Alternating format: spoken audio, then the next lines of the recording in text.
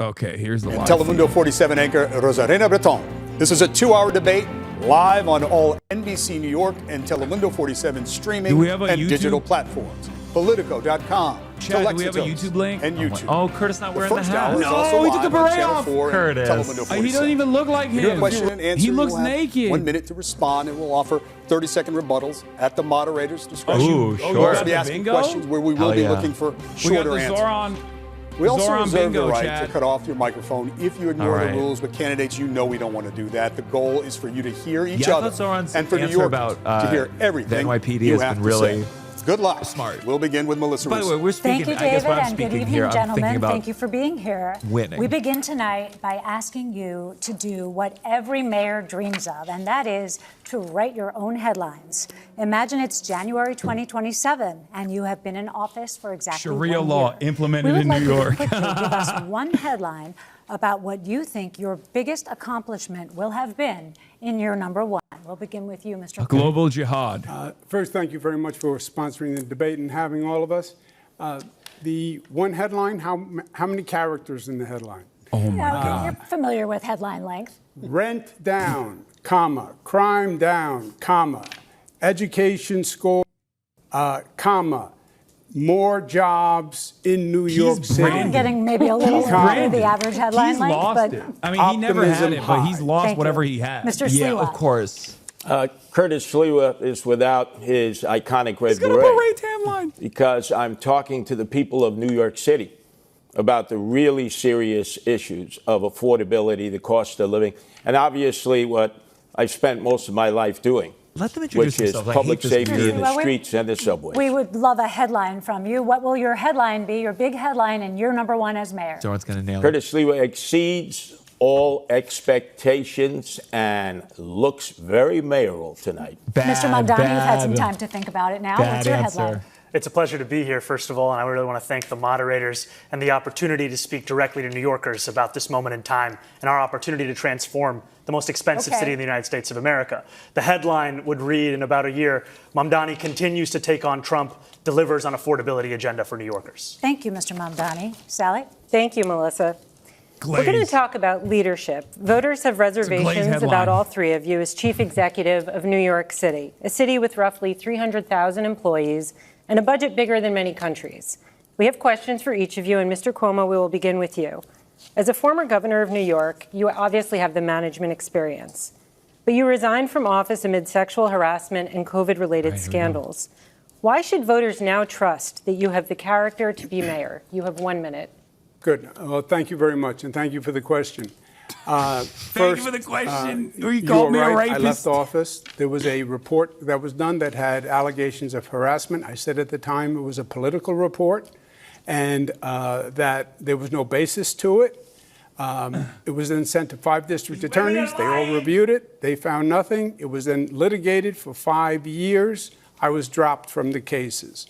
So none of that came to anything. When it comes to executive experience, I've run the Department of Housing and Urban Development, built housing all across the nation. I was governor for 11 years. The budget is double what it is in New York City, and I got government to work. I passed groundbreaking laws, minimum wage, paid family leave, built projects that had never been built before. This is no job for on-the-job training. And if you look at the failed mayors, they're ones that had no management experience. Don't do it again. Thank you. Rosarena? Thank you, Sally. In the theme of leadership, Mr. Mamdani, you work as a foreclosure prevention counselor for winning seat in the State Assembly. You have no substantial management experience. How are you ready to lead the nation's largest and greatest city in the world in one day? You have a minute. You know, I have the experience of having served in the New York State Assembly for 5 years and watching a broken political system, the experience of seeing a governor in Andrew Cuomo who would rather have served his billionaire donors and the working class New Yorkers who voted for him, and the experience amidst all of that of fighting and winning for working class taxi drivers to free them from predatory debt and delivering the first free bus lines in New York City history, and in working with unions and working class New Yorkers to finally raise taxes just that little bit on Mr. Cuomo's donors to start to fully fund our public school. And more than that, I have the experience of being a New Yorker, someone who has actually paid rent in the city before I ran for mayor, someone who has had to wait for a bus that never came, someone who actually buys his groceries in this same city. And what all of that experience has shown me, which Mr. Cuomo can't seem to understand, is that it is far too expensive and far too hard for New Yorkers to afford to live in this city. And the definition of experience is not doing the same thing again and again and hoping for a different result. That's actually the definition of insanity. Thank you, Mr. Mamdani. If I can, I think He I did was the lame invoked. line about insanity. In other words, Yeah. what the Assemblyman said is he has no experience. And this is not a job for someone who has no management experience to run 300,000 people, This no guy doesn't have financial one experience to allegation run against him. $115 billion budget. He literally has never had a job. On his resume, it says he interned for his mother. Neither did he. This He's is just not the a son job of a famous for New a York first-timer. politician. What the Any fuck? day, you could have a hurricane, you have, God forbid, a 9/11, a health pandemic. You can't even hit him on the nipple If you don't know Thank you, what Mr. you're doing, Like, people Cuomo's will the biggest die. Mr. nepotism Mamdani, want to recipient. respond? And if we have a health pandemic, then why would New Yorkers turn back to the governor who sent seniors to their death in nursing homes? dude. That's the kind of experience that's on offer here today. What I don't have in experience, I make up for in integrity. And what you don't have in integrity, you could never make up for. Oh, in he dropped experience. 9/11. Damn. First, what you said was totally false, as you know. Which part was false? Poor Curtis. During No COVID, one's gonna bring him up everyone today. did whatever they could in this state. And there have been numerous investigations where they've gone through it, and they said we followed federal guidance. But yes, people died during COVID, and my heart breaks for everyone that died in this state R.I.P. and across this Still nation. But just to be clear, That's- just to fact check that, there is a criminal investigation reportedly underway at the DOJ about your testimony to No, Congress. Trump told me he'll drop it. Yeah, that is a political issue with the Congress. They made a referral, which has gone absolutely nowhere. But there have been multiple investigations where the DOJ found that the nursing home investigation was politically motivated. Okay, we're going to move on. We might have time to come back to it. I do need to move on to but Mr. may I Sliwa. just finish my rebuttal? But the Assemblyman still says Good of him he to has ask no consent. experience to do the job. Okay. Thank you, Mr. Cuomo. Mr. Unlike Sliwa, me, as I've founder of killed the so Guardian many Angels and grandparents. as a radio host, you've been a well-known figure in New York City for Yeah, decades. he has no job But experience you other than also beating up lack minorities. substantial Oh, yeah? management What's his experience. So background? how are you prepared to be the chief He's a cat executive owner and a guardian officer of angel. New York City? You have 1 minute, Mr. Sliwa. God. First of all, I created the Guardian Angels to provide public safety a in the paramilitary subways and group streets tasked with when beating up government black was and brown incapable people. of doing so. I didn't do it to get a title or a paycheck. I did it for the Secondarily, love of the game. I So he just don't did it on his declare own, myself to be aside all-knowing. quest? I Yeah, will no, hire he's- the very brightest and best in their fields who have dedicated their lives to trying to beat improve on the city minorities. of New York or the state or the federal government or the private sector. But what I will say is, thank God I'm not a professional politician. We have the architect and we have the apprentice of no cash bail, which has been a disaster. We have the architect and the apprentice here of Raise the Age. My own son was almost killed because of that in a gang attack. We have the architect and we have the apprentice of Close Rikers Island, which would just release criminals in the street. Thank God I'm not a professional politician because they have helped create this crime crisis Curtis in is the going to make it city seem that like we Zohran face. is And I experienced will Thank you, in win. his Mr. Sliwa. tactic, which will negate Mr. Sliwa. Cuomo's. Candidates, He's President cooking. Trump has expressed intense interest in this election and in all of you personally. Mr. Mamdani, the president called you, quote, my little communist. Mr. Sliwa, he said you're, quote, not exactly prime time. And Mr. Cuomo, he has been critical of you, but said you have always gotten along. The president has threatened to cut federal funds to the city. And just yesterday, he killed the Gateway Project, the tunnel connecting New York to New Jersey. You've all promised to resist him in some way. What would you say in your first official call with the president to set the tone for your relationship moving forward? We'll give you a minute for this. We'll start with you, Mr. Mamdani. I would make it clear to the president that I am willing to not only speak to him, but to work with him if it means delivering on lowering the cost of living for New Yorkers. That's something that he ran his presidential campaign on, and yet all he's been able to deliver thus far has been prosecuting his political enemies and trying to enact the largest deportation program in American history. And what distinguishes me from Andrew Cuomo is the fact that he has gotten on the phone with that same president, not asking him how to work together to help New Yorkers, or not telling him that he would refuse to back down to protect those New Yorkers, but instead asking him how to win this race. That's something I can do myself. I don't need the president's assistance for. And what I'd tell the president is if he ever wants to come for New Yorkers in the way that he has been, he's going to have to get through me as the next mayor of the city. To be like, here's why people All right, like Mr. him. Cuomo, He's we'll not give you a doing little the extra thing. time, Let's but I'd do like the you to thing answer he this said. question as well, what your first conversation with the president would be like. Okay. First, I never had a conversation with the president that the Assemblyman was talking about. But he has a distant relationship with the truth. I would say to the president in the first conversation, look, we have had many, many battles. We fought together every day during COVID. And the battles were bloody. And I'd like to avoid them. If you come after New York, you know what I'm going to do. You know it's going to be ugly. And my chances are almost 50-50, even though you're the president. I'd like to work with you. I think we can do good things together. But great campaign number slogan, one, 50-50 I will fight chance you every of step of working the out. way if you try to hurt New York. Unless he weaponizes the justice system to go after the attorney general of this state, in which case you'll issue a statement that doesn't even name the president. And no matter what you think about Donald Trump, you know that not even being able to name him is an act of cowardice. And that's what we would see from Donald Trump's puppet on the right over here. I do want to get Ms. Sliwa, but Mr. Cuomo, I'll give you a few seconds to respond to that. Why are you letting him? Why are you letting this Muslim talk over Political me? weaponization of the justice system is wrong. Both sides do it. It's wrong when Donald Trump does it. It's wrong when they did it to Comey. It's wrong when Comey did it to Hillary. Okay. It was wrong when it happened to Tish James. Thank you, Mr. Cuomo. I want to give Mr. Sliwa a chance to answer this. Mr. Sliwa, your first official conversation with the president, what would you say to set the tone? Well, first of all, there's high levels of testosterone in this room. I've had a love-hate relationship with Donald Trump that goes back over 30 years. But I know one thing. We have Andrew Cuomo. We have Zohran Mandami. They want to take on Donald Trump. Look, you can be tough, but you can't be tough if it's going to cost people desperately needed federal funds. Zohran Mandami, the president, has already said it's going to take $7 billion out of the budget right from the start if you're elected mayor. People are going to suffer in this city. People who need those federal funds. What I would do is sit and negotiate. I would say, look, Mr. President, we need that Gateway Tunnel. It moves millions of people from Washington, D.C. to Boston. But take away the Q train project. We don't need those 3 stations going from 96th Street to 125th. It's not a necessity. Sit with the president and whoever he delegates and try to negotiate. But if you try to get tough with Trump, the only people who are going to suffer from that are the people of New York City. Okay, Mr. Sliwa, thank you. Brief response, Mr. Mamdani.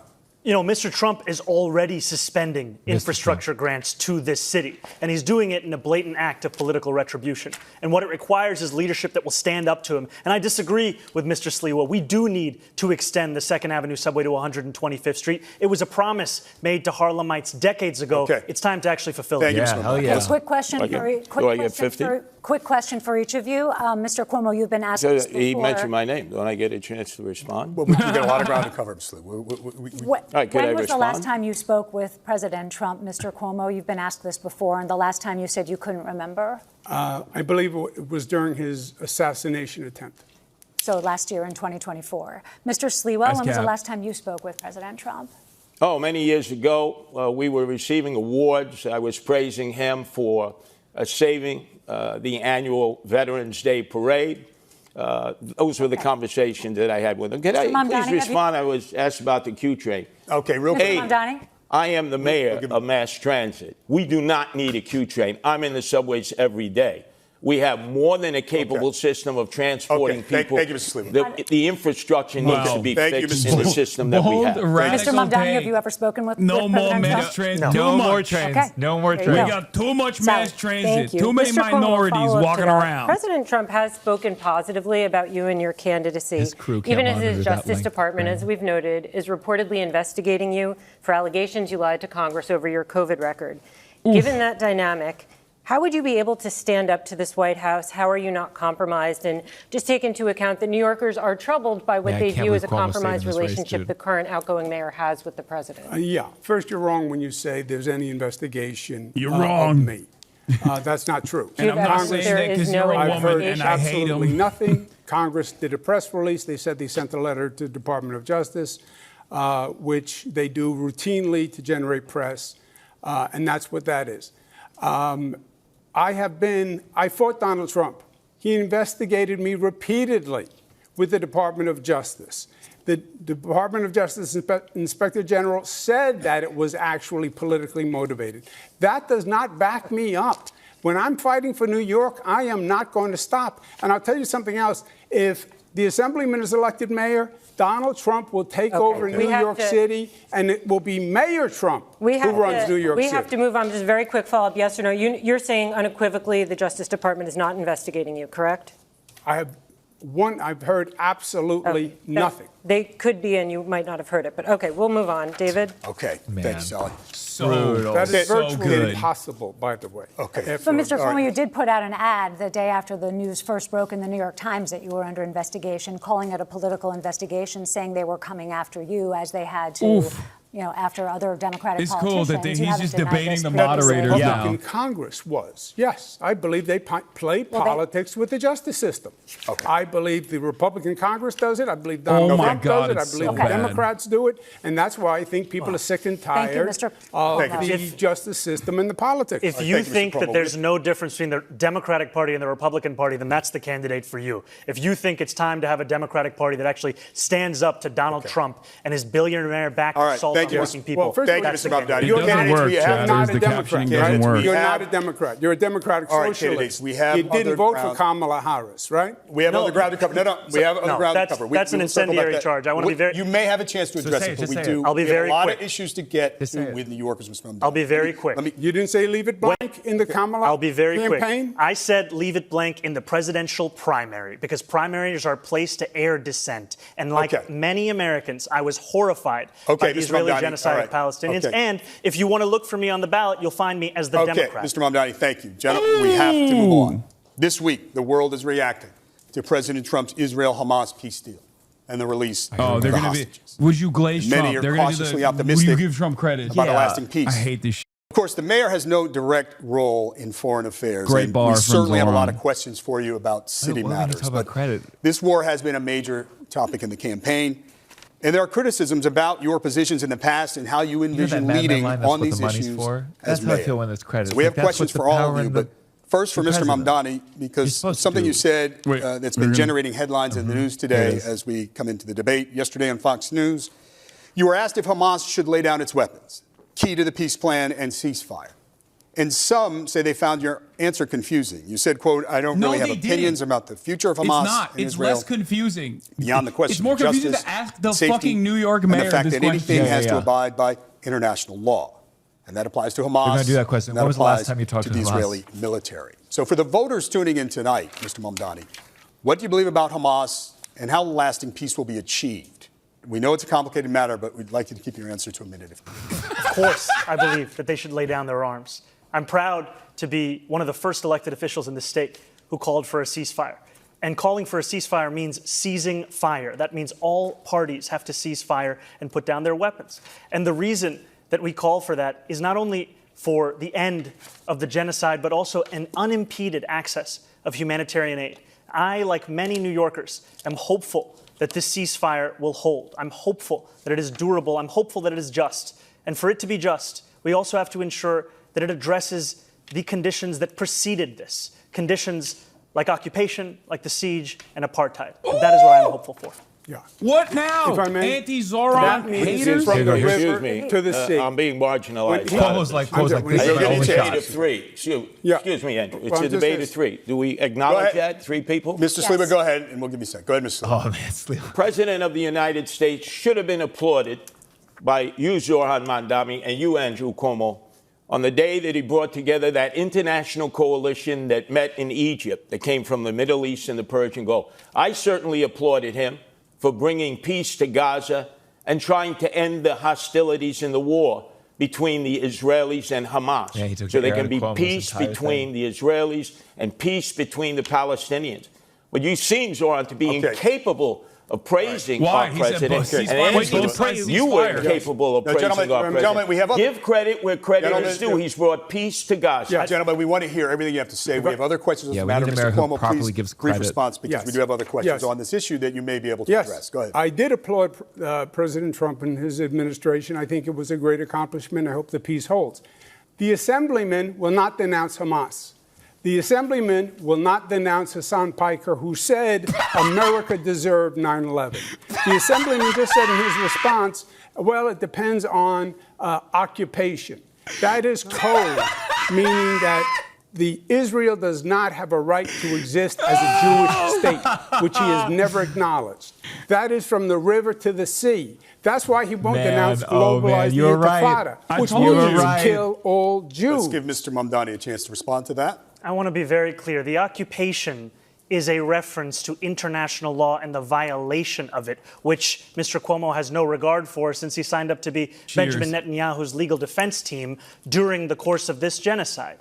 And I find the comments that Hasan made on 9/11 to be objectionable and reprehensible. And I also think that part of the reason why Democrats are in the situation that we are in, of being a permanent minority in this country, is we are looking only to speak to journalists and streamers and Americans with whom we agree of every single thing that they say. We need to take the case to every person, and I'm happy to do that, which is why I was on Fox News yesterday talking about how I wish it was more like NASCAR so we could see all the billionaires who are sponsoring you right on your suit jacket. Melissa has another We're going to turn it to Sally, actually. Yeah, actually, this kind of flows, and then we'll go back to Melissa. Mr. Mamdani, you told NBC's Meet the Press that you don't believe it's the role of the mayor to police speech. How Your do you words feel? about this war have comforted many New Yorkers, but they've troubled others. And I want to ask about some of this. And he actually there was is your pretty nice recent about refusal, it. as we just discussed, to condemn the slogan "Globalize the Intifada," which many view as a call to arms. But this is the real. In 2017, you rapped lyrics praising the Holy Land Five. These are men who were convicted of supporting terrorism. Focus. How would you assure New Yorkers, especially the Jewish subways? residents who What might about be concerned about this, that you would be a mayor for all? Childcare, You have what 1 else? minute to answer this. Thank you for this opportunity. When I am speaking about the responsibility of leading this city, I mean leading not just those who voted for me, leading not just those who vote, but leading every single person who calls the city home. And that includes Jewish New Yorkers. And I have been so thankful for the opportunity I've had to sit with so many Jewish New Yorkers over the course of the primary and through the general. And it's in those conversations that I learned that this phrase evokes many painful memories. Memories of bus attacks in Haifa, of restaurant attacks in Jerusalem. And I heard from a rabbi about their roommate who was killed on one of those buses. And in hearing that and the distance between that impact and the rationale that some use of saying it, of speaking about the Israeli occupation of Palestinian land, is why I said that I would discourage this language that I do not use. And what I'm looking to do as the first Muslim mayor of this city is to ensure that we bring every New Yorker together. Jewish New Yorkers, Muslim New Yorkers, every single person that calls the city home, that they understand they won't just be protected, but they will belong. Mr. Sliwa, we will get to you first. I'm going to ask a question of Mr. Cuomo. While you are a strong supporter of Israel, you have also been slow to develop a relationship with the city's Muslim community. Thank you, Universal Power User, for this one. You have called Mr. Mamdani a terrorist sympathizer. How do you assure those New Yorkers, especially Muslims and Arabic New Yorkers, that you will be a mayor for all? You'll have 1 minute. Yeah, well, first, I think the assemblyman created the perception himself. Why wouldn't he condemn Hamas? Why wouldn't he condemn Hasan Piker? Why did it take us here tonight for the first time for him to say it? He still won't denounce globalize the Intifada, which means kill all Jews. Just say, I denounce it. He won't do it. Older Jewish New That's Yorkers the are issue. looking And up his right now. divisiveness is horrific. Why are you saying Hamas and Hasan Can you please answer about your own relationship with the Muslim community? You did not visit mosques for many years. More recently, you have been. Yeah, I don't think in any way the assemblyman is representative of the Muslim community, which is a vital community in New York City, and I am very fond of, and I've been working with. I think he's playing his own politics. Many of his positions don't even follow the Muslim faith, so I see them as two totally separate. He thinks it's a banner. You know, it took Andrew Cuomo being beaten by a Muslim candidate in the Democratic primary for him to set foot in a mosque. He had more than 10 years, and he couldn't name a single mosque at the last debate we had that he visited. And what Muslims want in this city is what every community wants and deserves. They want equality and they want respect. And it took me to get you to even see those Muslims as part of this city. And that, frankly, is something that is shameful and is why so many New Yorkers have lost faith in this politics. Yeah, except you know, that is totally one more time, with the Muslim community for many years. Name a single mosque you went to. I'm not saying that. Can you name a single mosque you went to in 10 years? Before you were ever here.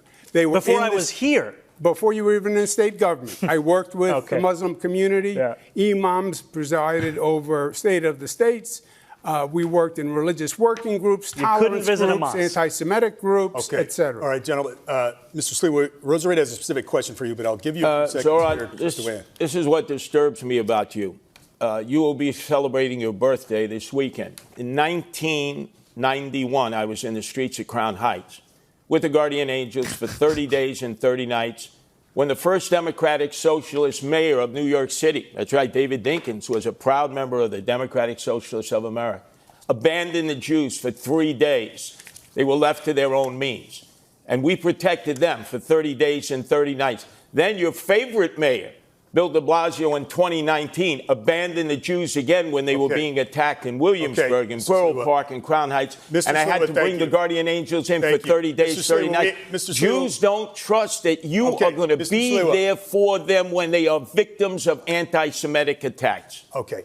Brief response, Mr. Mamdani. We have a specific question for you from Rosarita, but Mr. Mamdani, please. I agree, Thank by you. the way.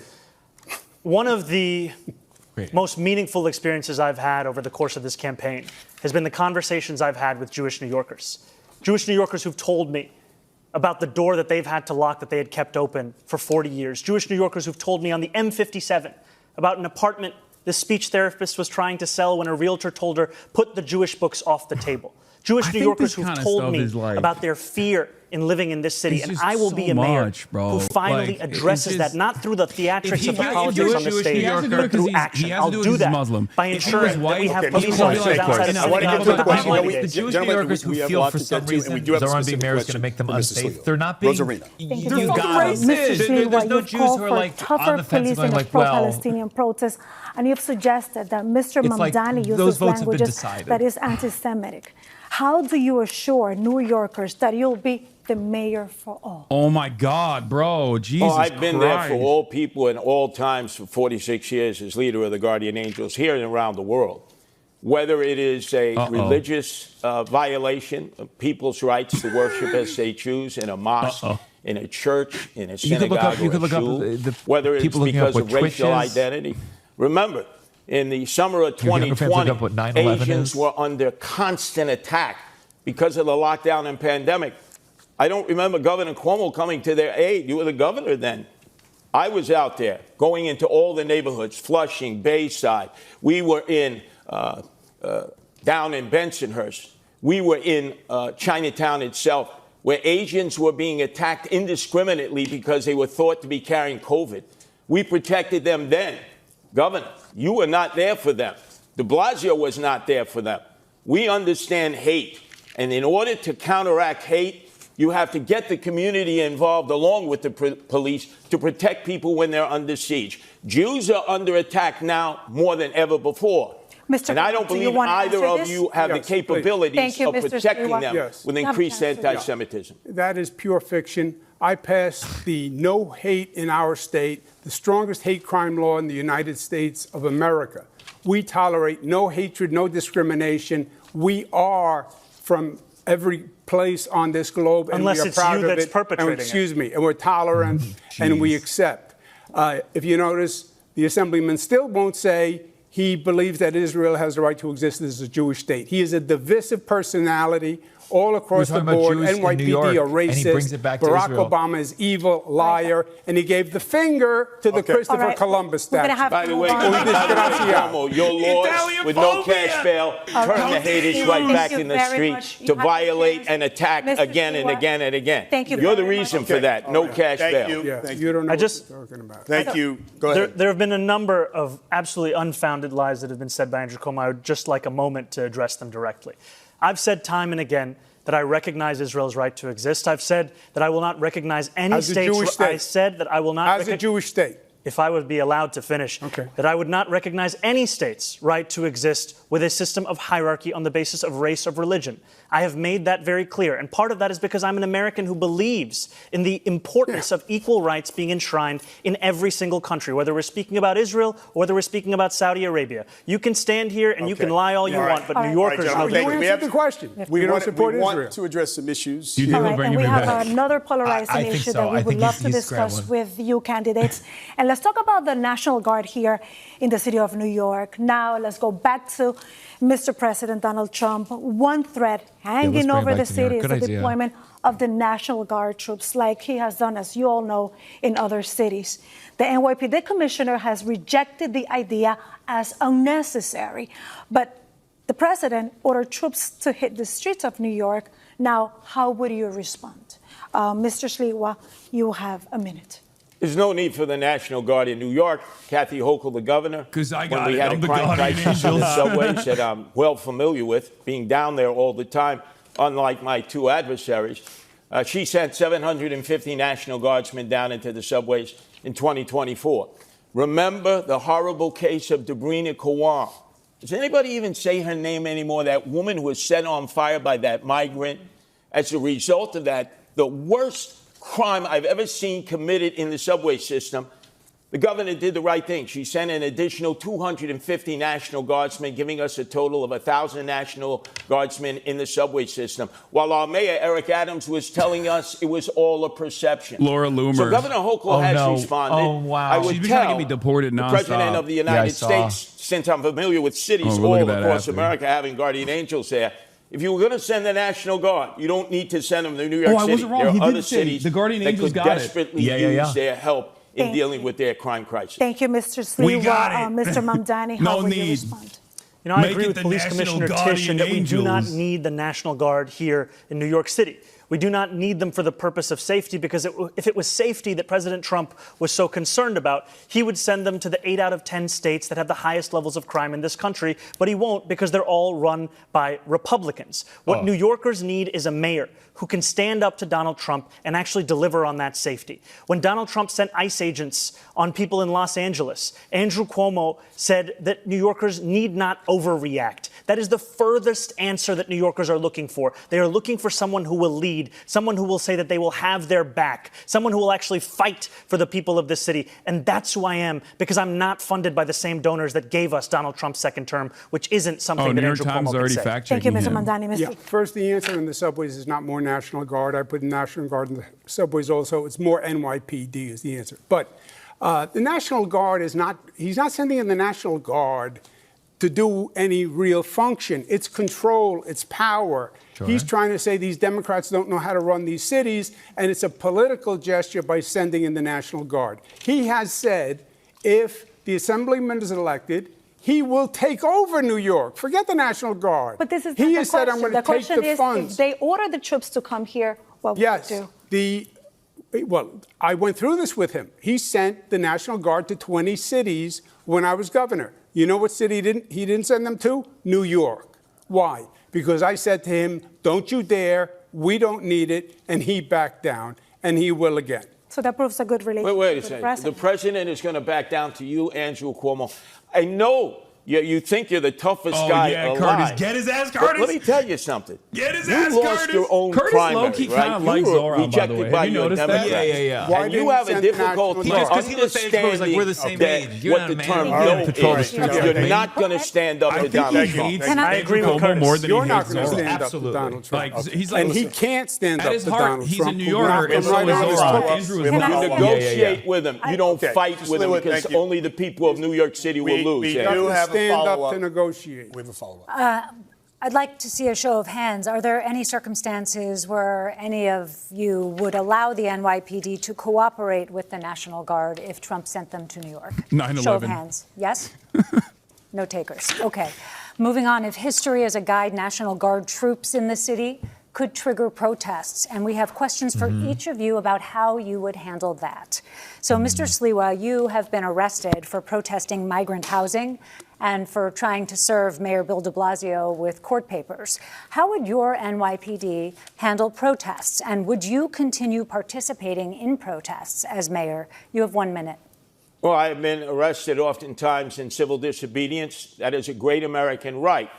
But demonstrations have a time and a place. And it used to be before Bill de Blasio, I know he was your favorite mayor, Zohran Mamdani, that you'd have to get a permit. There's a time period you were in a structured area. You get a sound permit. It could be turned around in a day. If there was going to be civil disobedience, you discussed it with the police department, and obviously you had an opportunity of expressing your anger or your outrage at whatever it was that motivated you to sit down in the street, to block traffic or block an egress. Now we have rampaging groups that go running through the streets, that enter all kinds of facilities and violate other people's rights.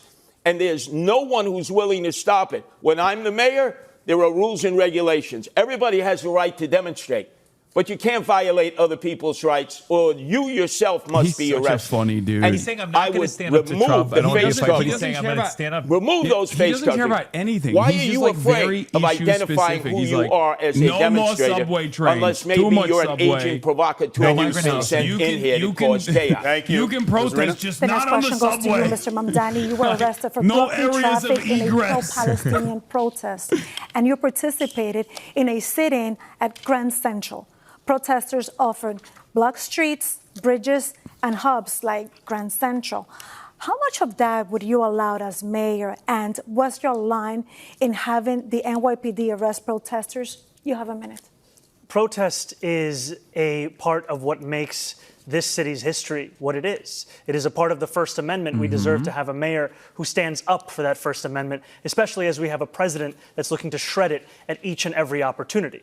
And we will continue to have protests in this city, as we should, no matter who is the mayor. And the line will be on the question of breaking the law. What we have today, however, is an attempt to intimidate so many who are looking to use that freedom of expression to share their opinions about the city and the world around them. And to be frank with you, what New Yorkers are looking for is someone who can show leadership in City Hall. Because when they don't see that leadership, that's when so many take to the streets. And if you had a leader like Andrew Cuomo, who was telling people not to overreact when they see ICE agents abducting girls as young as 6 years old to deport them, many New Yorkers will take to the streets. We deserve to have a leader who will actually be following through on the values of the city. That's the leader that I'll be. Mr. Mamdani, just a quick follow-up. If you're elected, would you still participate in protests? No, if I'm elected, I'll be the mayor, and I'll be leading the city from City Hall. But no participation in protests, right? The important thing is to lead from City Hall. That's what I'll be doing. Okay. Yeah. If I may respond, because I believe my name was invoked. A very brief response, and then I have a question for you. I dealt with ICE. I stood up with ICE. I had a war with ICE here in New York when I was governor. And I stood them down, and they moved out.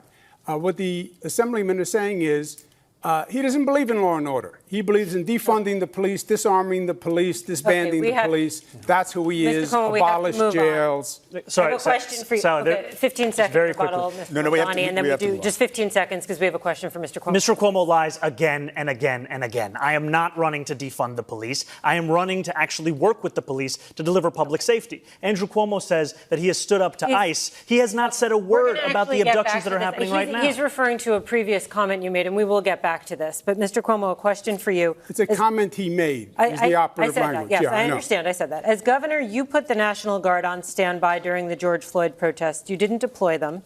As mayor, talk about how you would balance the right to protest with maintaining order in the streets. The right to protest is a sacred right. There is no doubt about that. But the law is the law also. And you have New Yorkers now who are afraid in this city. They're afraid of Donald Trump coming. They're afraid of that anarchy. And they're afraid of the anarchy in this city itself. We have to provide public safety that makes New Yorkers feel safe. Demonstration is one thing. Violating the law is something else. Blocking public transit is something else. Stopping students from going to class is something else. Harassment, intimidation, that's a hate crime. That's illegal. Enforce the law. Respect the police. They're not racists, as the assemblyman calls them.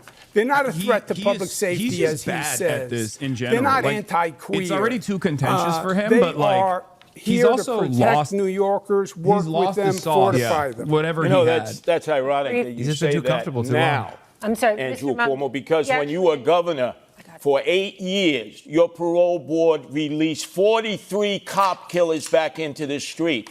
Your father, when he was governor, released none. I knew Mario Cuomo. You know Mario Cuomo, Andrew Cuomo. You raised him. Don't say you're pro. Mr. Mamdani, do you want to respond briefly to the comments that Mr. Cuomo raised about things you've said about police? You can do a brief response to that.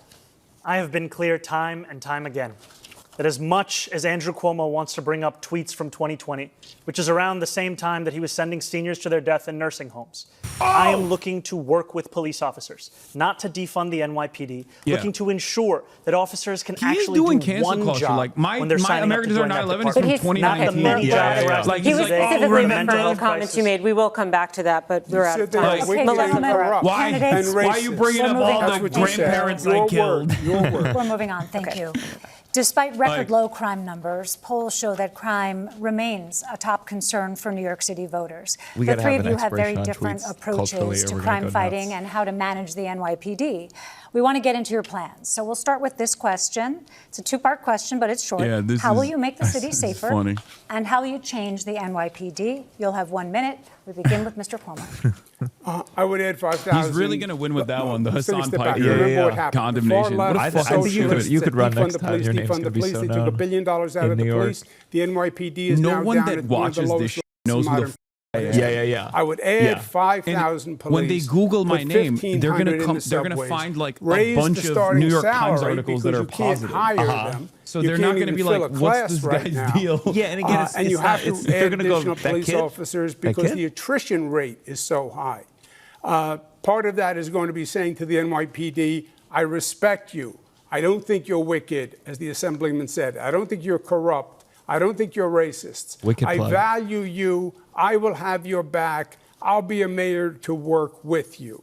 That's how you're going to get the police to apply for the jobs.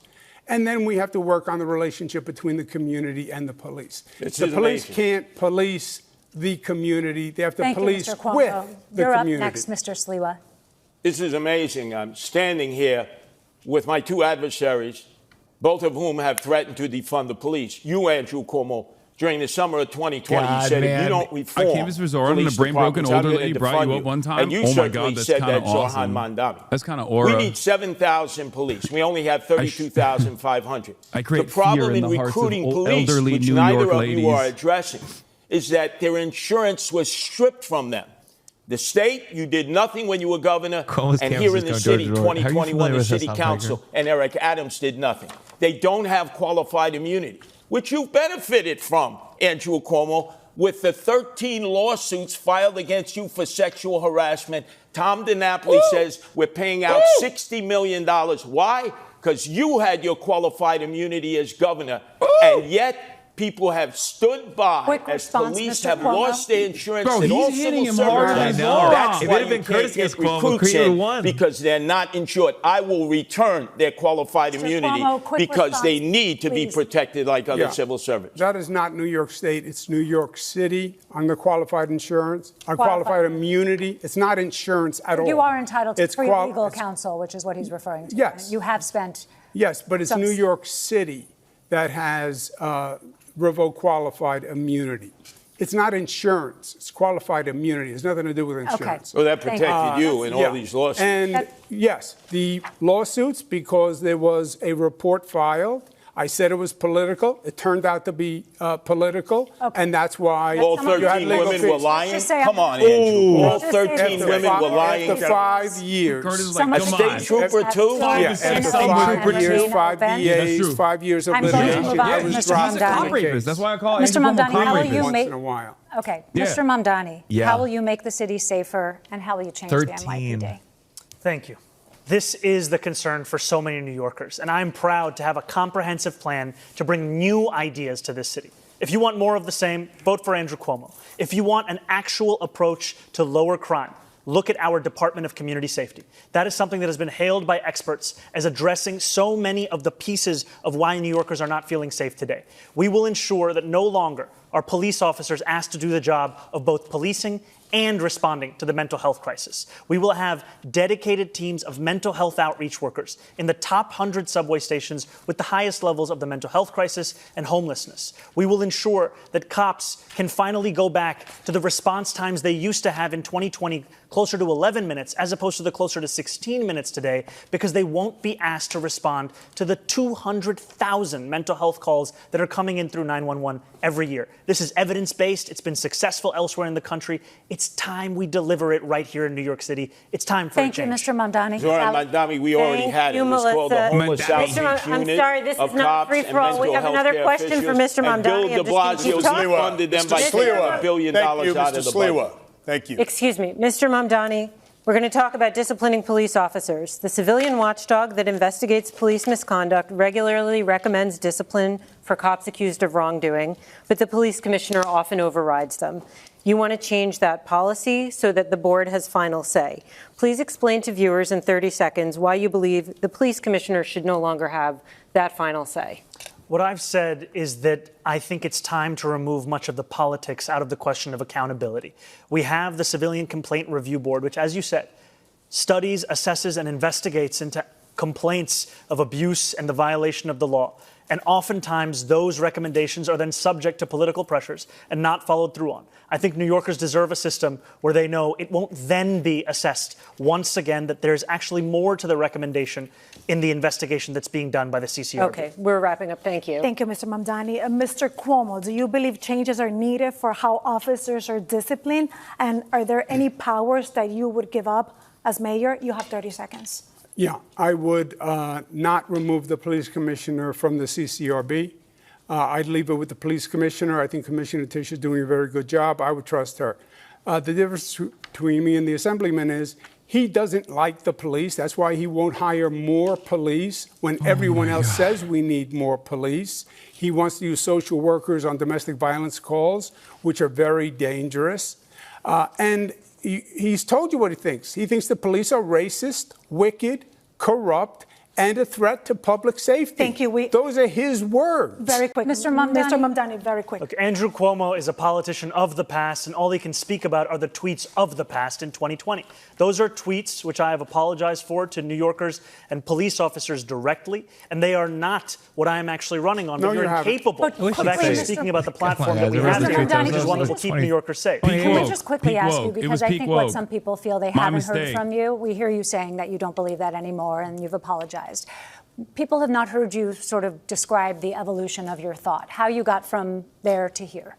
You know, growing up in this city, I would think often about safety and justice and the ways in which that relationship has been irrevocably harmed. When I learned about the exonerated five, when I learned about Sean Bell, when I learned about Eric Garner, when I learned about Michael Brown. And then in 2020, when I wrote these tweets, learning about the death of George Floyd. And that was a moment where it felt as if the distance between these two ideals had never been further. And in becoming an assembly member and serving and representing more than 100,000 people in Queens, learning that to deliver justice means to also deliver safety. And that means leading a city where you recognize the bravery of the men and women who joined the NYPD and put their lives on the line. It means representing the Muslims who were illegally surveilled in my district and the black and brown New Yorkers who have been victims of police brutality. So, Mr. Sliwa, you've been out there, you've been on the trains, and I would like to know if you believe changes are needed of how officers are disciplined. Let me just suggest, Zohran, what you've suggested. Zohran, Curtis. Zohran. Thank you. Excuse me. Appreciate Let me just suggest what you have proposed with this new police outreach unit will endanger women and children in domestic violence situations. I know I've been involved in so many of them with the Guardian Angels. They will be killed. I've been involved in many domestic Number two, violence. In dealing with emotionally disturbed he did a hate crime on camera that on I have Fox dealt News with like for a couple all my years years ago. as a Guardian On the Angel. Sean Hannity show. You need They trained just beat on a professionals. random American. Yes, like, you can have mental health workers Latin with American them, background. but that has been suggested. They were like, oh, it that's was done illegal. before They by beat the the shit homeless out of him on camera and on the the guy Sean you Hannity thought show. was the best And thing then it came out later that he was just an American citizen. Thank you. Brief response. To be very clear, the Department of Community Safety is not about responding to calls of domestic violence. We are speaking about mental health crisis and the homelessness crisis. These are the focuses of the work that they will do. All right. We have other questions for that a little later in the debate, but we want to just change the pace a little bit, candidates, switching gears to the high cost of living defended you in New York City. To kick us off, we have a few comment. That was an L, not on a personal level of politics. New Yorkers wrestle with daily. So we want to know how much you spend a week on talking to people like Hasan with you, Mr. Cuomo. He did do that. Depends how many times my daughters come over.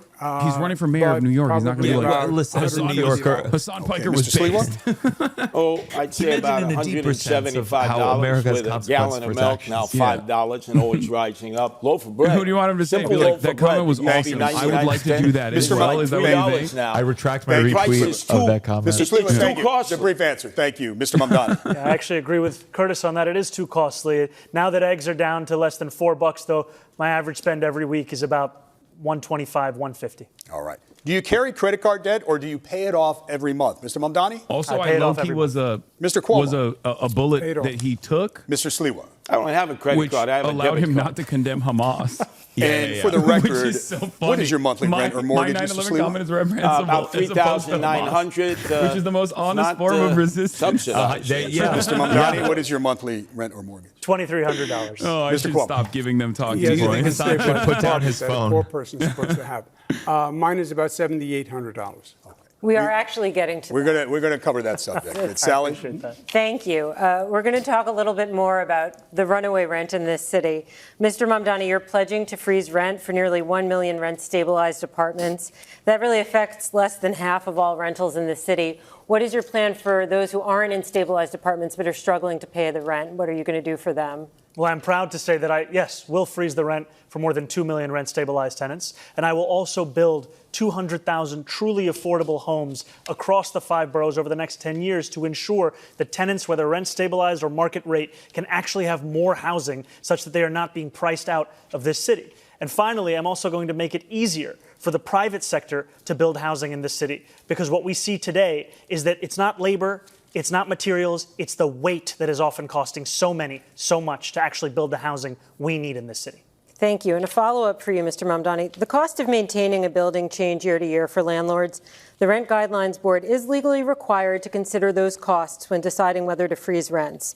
So how can you promise a rent freeze today before ever seeing that data next year? You know, we've seen the data time and again. It's next year's data. It's been data that's been overruled by mayors again and again. The last Rent Guidelines Board study showed that profits were up 12% for landlords of those units. And what did they do? They raised the rent, adding to more than 12% under Eric Adams' administration. What I am speaking about is actually reflecting the needs of these New Yorkers and the state of the market today. These are New Yorkers who have a median household income of $60,000. We do not need to be pushing them further out of the city. We need to keep them in their homes. Aren't you saying in that answer that you are going to prejudge? You will not have seen the data for next year, and you're making a determination based on data you haven't seen? I've seen the data year after year of the fact that salaries are stagnating, costs are up, New Yorkers can't actually afford their apartments. And I will also take action to actually ensure that the landlords of those buildings can better handle their costs by taking on their insurance, their property taxes, and their water bills. And you haven't seen next year's data yet, but we're going to go to I do have a question for you on this subject. You have proposed something that you're calling Zohran's Law. You think that Mr. Mamdani earns too much to live in his rent-stabilized apartment, though I should note that there are no income tests for rent-stabilized apartments. But critics say your plan would force people to pay too much of their income towards the rent. So if you think Mr. Mamdani is gaming the system, what about the other New Yorkers, thousands of them just like him, who earn similar salaries, who are living in similar apartments? Okay, just to follow up on what Sally was saying, because she's right. This is not a new plan that the Assemblyman is talking about. It's Bill de Blasio's plan. It was called Freeze the Rent. Oh, Bill de Blasio says it's happened before, the mayor can't say legally he's going to freeze the rent. There's a Rent Guidelines Board. There are certain considerations that have to be looked at. You're right, Sally. Oh, so it's doable, and it's been done before. Thank you. So it's not communism. Freeze the rent only postpones the rent, because then you have to have an increase to cover the costs. Otherwise, the building is going to go bankrupt. No. And it does nothing for the majority of renters who aren't in these rent-stabilized units. There's nothing for NYCHA. There's nothing for homeowners. There's nothing for people in black-brown communities who are getting priced out. I was the HUD secretary. I built affordable housing all across this nation. I built affordable housing in this city when I was in my 20s. I know how to get it done. How'd you get that job? On the rent-stabilized units. How'd you get that fucking job? Those are the in your 20s without any experience. And we You're out should of time. I'm sorry, Mr. keep Cuomo. them for the We didn't get an most answer to the rent question. burden. We have to move on. But I have a question for you. No, sorry, he invoked me for much of that question. Just a very brief response Please, here. very brief. You know, you've heard it from Andrew Cuomo that the number one crisis in this city, the housing crisis, the answer is to evict my wife and I. He thinks you address this crisis by unleashing my landlord's ability to raise my rent. If you think that the problem in this city is that my rent is too low, vote for him. If you know the problem in this city is that your rent is too high, vote for me. If I understand it, Sons of millionaires need subsidized Zohran's law housing. would not evict Mr. Mamdani. It would not evict it. It would apply to people applying for. Oh my God! But the tenant advocate. It would affect. It would evict no one. This It would does be not an affect. income We limitation have to move on on. the I Roberts. have a Mr. question Sliwa. for Mrs. This is Sliwa. like Rosarina- a spat in the schoolyard. Let me No, suggest. Mrs. Can I please Rosarina ask has the a question? specific question for you on this. Yeah, well, I wanted to hear it. talk about affordability Well, you can and use it, 'cause- obviously address Absolutely. that Go issue. ahead. Yeah. So you've proposed, Mr. Sliwa, plans that would make a point of talking about the struggle of renters and property owners. Describe your plan to help renters and landlords. Well, first off, we have 6,000 available apartments that the mayor controls in NYCHA, and they've been empty for years. That you address, number one. Then we talk about senior citizens who are living here. My whole goal is to improve and not to move. I'm concerned about the seniors, especially those that own homes. If they're 65 and make less than $250,000, no property tax, because the property tax is way too high. We need to cut it in half to keep people who are here. And then in terms of rentals, we have affordable housing that can be built in these huge skyscrapers. You see them all throughout Manhattan and in northern Brooklyn and in Long Island City, which we have 25 Empire State Buildings full of commercial space that will never be occupied for office space. We should be converting them into affordable apartments. They're in dense areas. The infrastructure can support it. I'm the only candidate here who's against the city of Yes that would destroy residential I have to neighborhoods. interrupt you because we have a programming moment right now. Like, We're about I halfway through the mayoral debate. Okay. Channel 4 and Telemundo 47 So will much return to talk regular about here. programming. Holy. Okay, so this is the first half. This is the first half of the debate. God damn. Zohran cooked. I mean, he cooked. He did a great job overall. I think there's like some wishy-washy stuff there. It's just like, I get why people get so annoyed when they're like, they talked way too much about Jewish people. Like, that's crazy. Yeah, but I think, I mean, it gets it out where people go, okay, enough. Yeah, And also to like talk about Jewish people, then like go back to affordable housing. And you're like, yeah, that's probably more important for New York City. Did they not take a break? What's going on? I thought they were supposed to, right? MetroCard or Never mind. OmniPay. Uses OmniPay? Yeah, OmniPay, yeah. MetroCard, I mean, I have one, but, I know I'm hanging on to the last So moment. you're on the subways, Mr. Sliwa. What do you use? I'm just curious. If you don't. OmniCard. In fact, I got a whole batch. Okay. I'm in the subways. I'm in the buses. believe I'm in he lives the in the express subway. buses. The only candidate Thank who you. rides That mass means he's transit every day. homeless. When you He need to gets get somewhere be fast himself. and you can't take the train, do you hail a taxi? Do you use rideshare? Mr. Sliwa, what do you do? I try to avoid yellow cabs. As you know, I was shot in the back of a yellow cab in 1992 by the Gottis He and got hit by a Gambinos. yellow cab, too. But I find my way around. If I have to, I such a Uber if I specific can't get there reason. by mass transit. What do you do, Can't Mr. blame him. Mamdani, if you can't take the train? I would either take a cab or ride a bike. Mr. Cuomo? I will take a cab, Uber. Okay. All right. Thanks, gentlemen. We Sally? got some limos Thank you, in there. David. never- Let's talk about free buses. Mr. Mamdani, this is a centerpiece of your campaign. Can you explain how you will make buses free? You have 30 seconds to answer. Absolutely. We will make buses free by replacing the revenue that the MTA currently gets from buses. This is revenue that's around $700 million or so. That's less money than Andrew Cuomo gave to Elon Musk and $959 million in tax credits when he was the governor. And the reason that we will do so is that making buses free doesn't just provide economic relief, but also public safety. Because what we've seen is that it decreases assaults on bus drivers by 38.9%. New Yorkers deserve more than the slowest buses in the country. I know that because I was on the M57 not too long ago, and its average speed is 4.9 miles We're at an time, hour. though, but the question is how you'll make them free. We will fund the revenue that would have otherwise been brought in from fares. And that's something that we would do in partnership with Albany. And I've How? put forward two proposals. The first is to raise taxes on the top 1% of New Yorkers by 2%. That would raise $4 billion. The second is to raise the state's top corporate tax rate to match that of New Jersey, which would raise $5 billion. We're going to move along, but I just want to point out to viewers that Governor Hochul has opposed raising the income tax. But Melissa, we'll move on to your question. Could I address that on the buses? Because half the people don't pay their bus fare to begin with, Zohran. And so it's, Zohran, Curtis, Zohran. It's a complete disaster. If you have free bus fare, and the Citizens Budget Commission said just last year, 2024, $1 billion of fare evasion in all different forms, this MTA system will collapse. There's not enough money out there to make up for fare evasion. Pay your fare. If you don't pay your fare, they have fare programs for the poor and the indigent. But everybody should be forced to pay their fare. Mr. Cuomo, you had both praise and some criticism for Mr. Mamdani's free bus pilots. You're sort of in the middle on this issue. What's your plan to make subways and buses more affordable? I think free buses is a mistake. It costs about $700 million. Thank you for sponsoring the Piker Broadcasting Service chatters. 3 mega legs. Thank you for the 50 big ones. It's been done before in other cities. It was a disaster. They stopped. They basically became mobile, homeless, gathering places. What I say is free buses for working families who can't afford it, and free subways for working families. But wait, what? Don't subsidize rich people on a bus. And how are you going to? It's been tried and it's fair. Has that been his pitch? Mr. Mamdani, can you just respond quickly on the point about the mobile homeless gathering places? You know, this is something that we heard when we were fighting to make buses free in Albany when we delivered the first fare-free bus lines in New York City history. And what we saw is when we made one bus route free in each borough of New York City, there was no increase in homelessness on those buses. There was no increase in fare evasion in the surrounding area. What there was an increase in ridership of up to 38%. Thank you, Mr. Mamdani.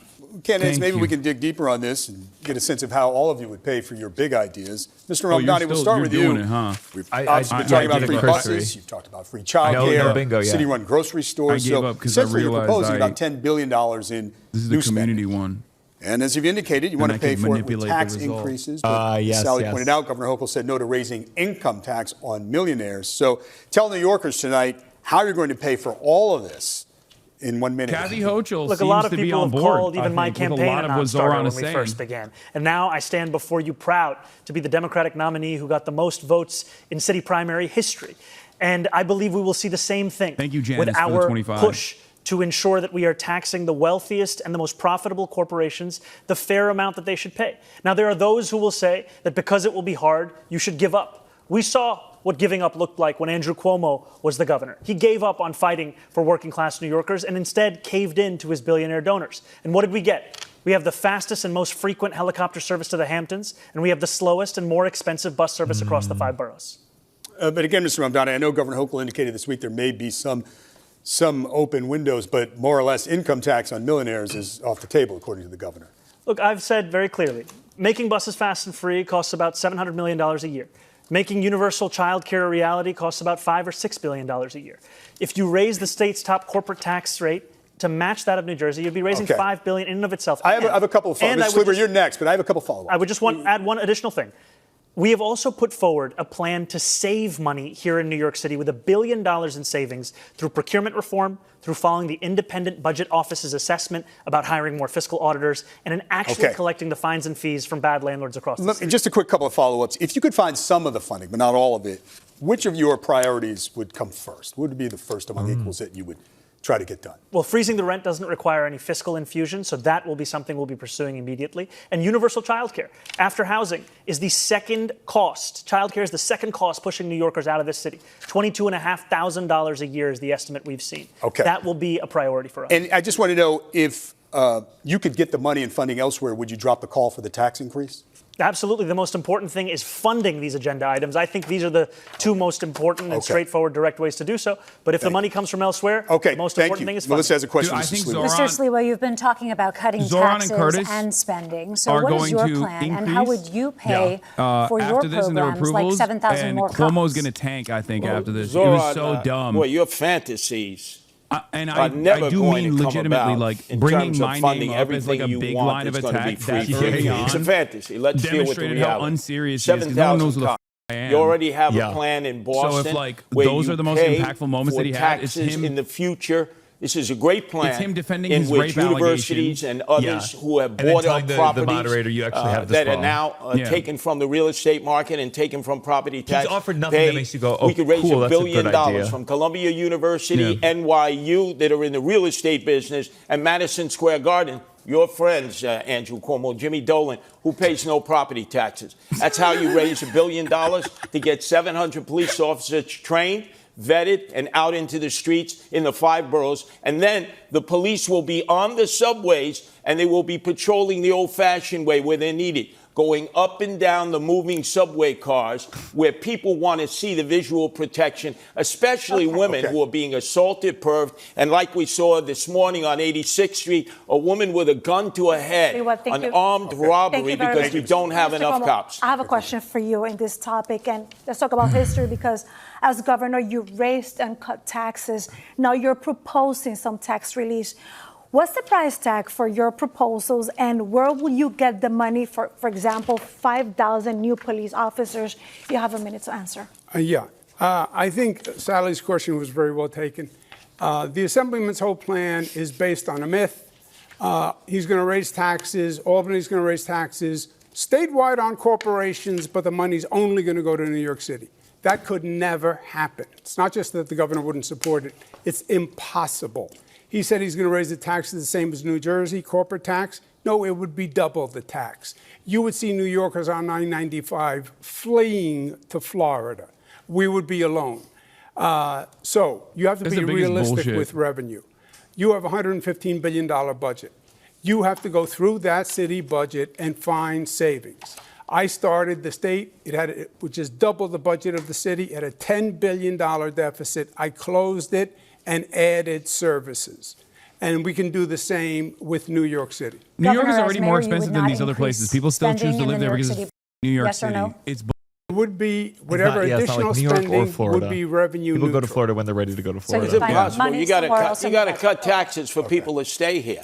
Thank you. Corporations are not going to stay here. They're being lured. People try to do that with Austin, and they You got to cut the property tax, income tax for those who are 19 to 28 who have skill levels if they go to school here. Thank you, Mr. Sliwa. Andrew Cuomo thinks it's all right to spend $60 million to fund his legal defense from accusations of more than a dozen women of sexual harassment. But if I say we should spend the same amount of money on delivering cheaper groceries in this city through a pilot program, that is unfathomable. Quick, David, I have a right to respond to that. Yes, quickly. First, I did not bring those lawsuits. That was brought by the Attorney General, which I said was political. Well, those that's what generated the legal fees. women, and some of them have still been making their way through the courts it's political, this year. and yes, those and have been harlots dropped are from the lying. cases. Come on. Not all of them. Yeah. This is a great debate performance. What the Assemblyman doesn't say is all this money that he Curtis wants was to smart pass. to bring up just The one thing he did do is 13 he voted to for a remind pay raise people. for himself. Yeah.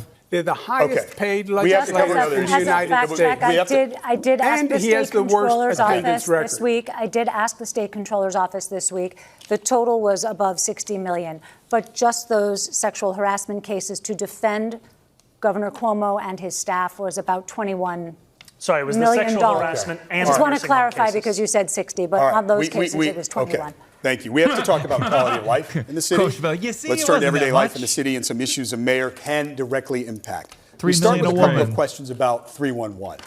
The number New Yorkers call or text for non-emergency help.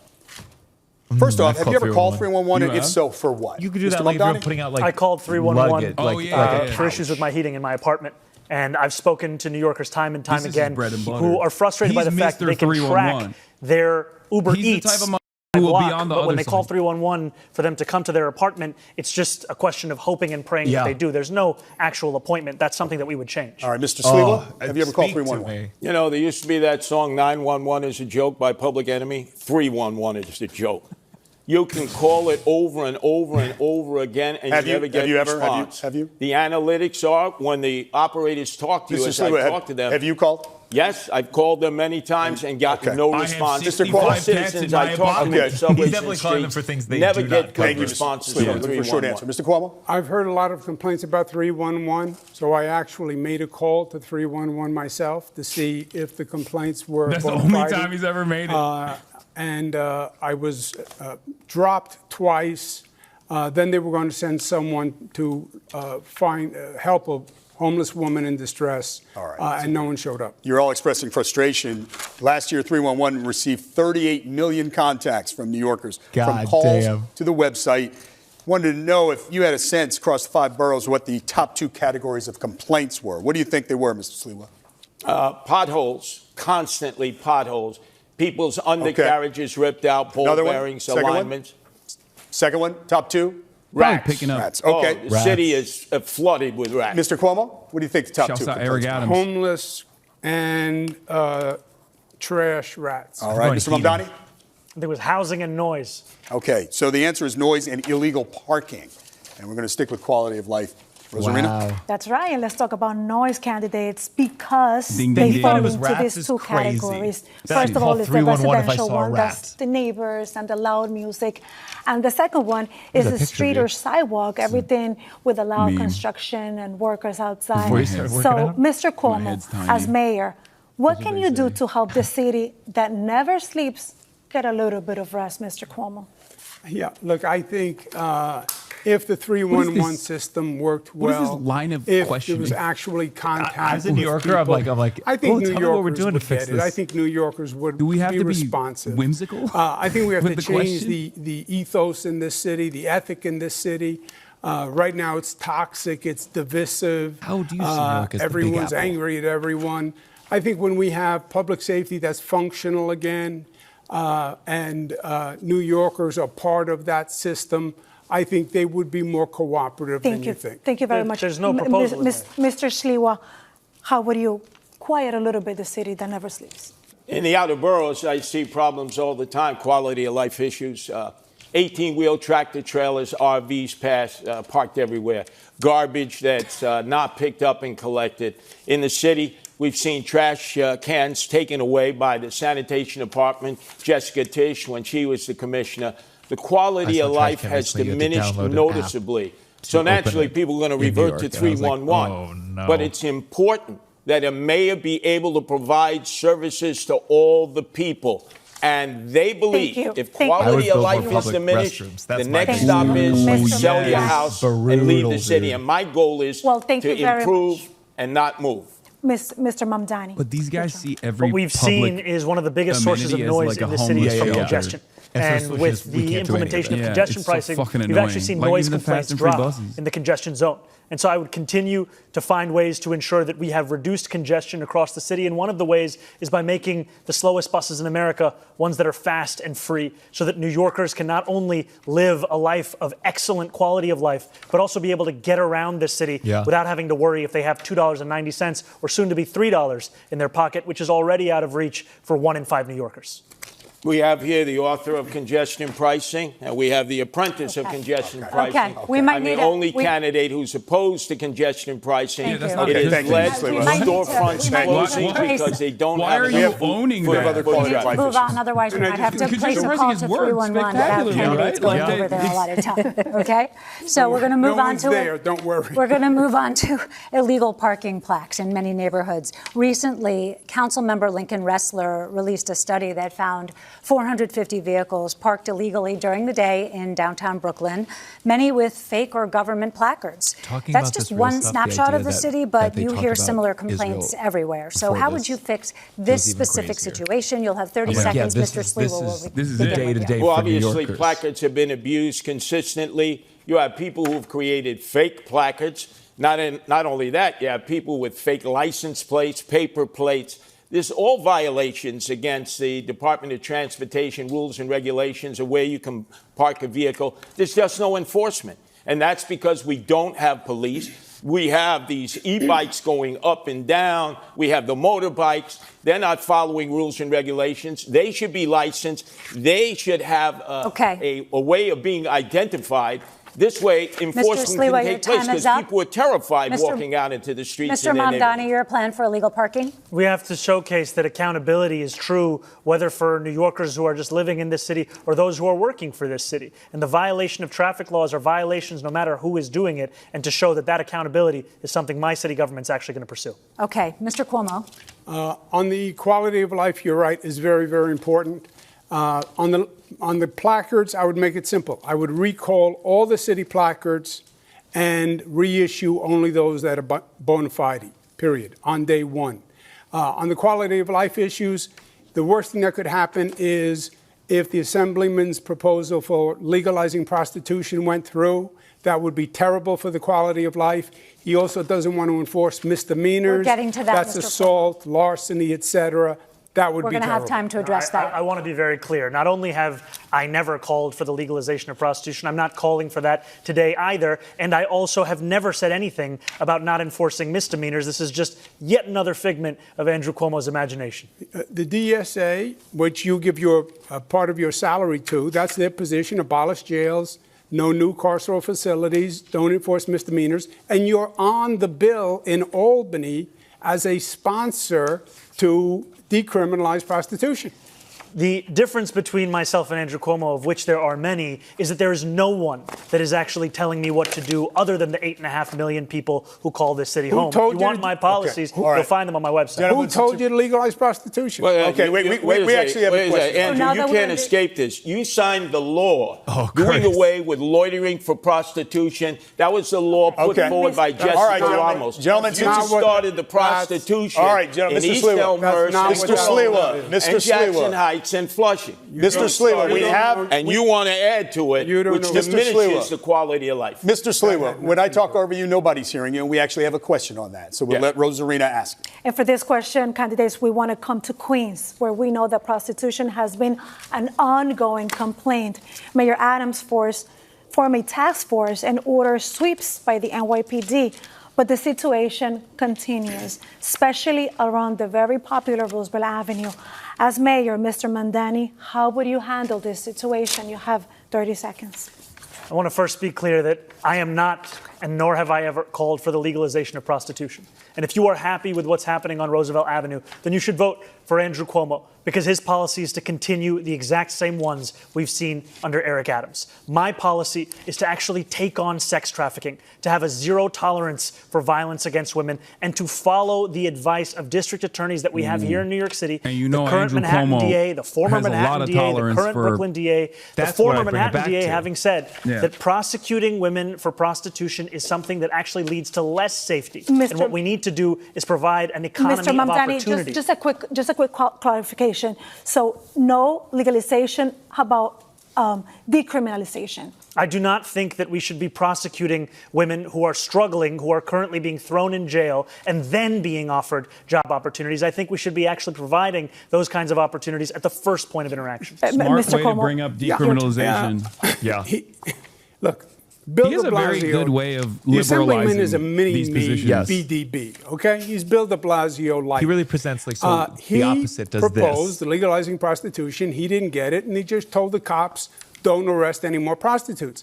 There is a bill in Albany that he signed that says the prostitution, that a woman who is a prostitute, that would be decriminalized. That is what the bill says. And that's what he said, if you listen very carefully. That would take Roosevelt Avenue and explode it, because it would make it legal for prostitutes. But real quick, how would you handle this situation? You have to enforce the law. It's illegal. I went to Roosevelt Avenue. I talked to the store owners. I talked to the neighbors. I walked down Roosevelt Avenue with prostitutes there at 9 o'clock in the morning. Your turn, Mr. Sliwa. I've dealt with this back in the 80s and 90s in Hell's Kitchen in Chelsea when they were overrun with open-air prostitution and Times Square. Literally you don't go after the Andrew women. Cuomo. Yeah. Women are the victims here. You lock up the Johns, you shame the Johns. You let everybody know about the Johns. The madams and the pimps need to be prosecuted to the full extent of the law.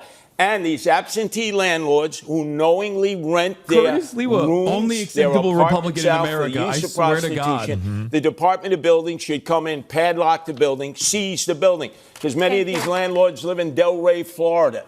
They did back in the 80s and 90s when we did it in Chelsea and Times Square and Hell's Kitchen. And they're doing it again, and there's no enforcement.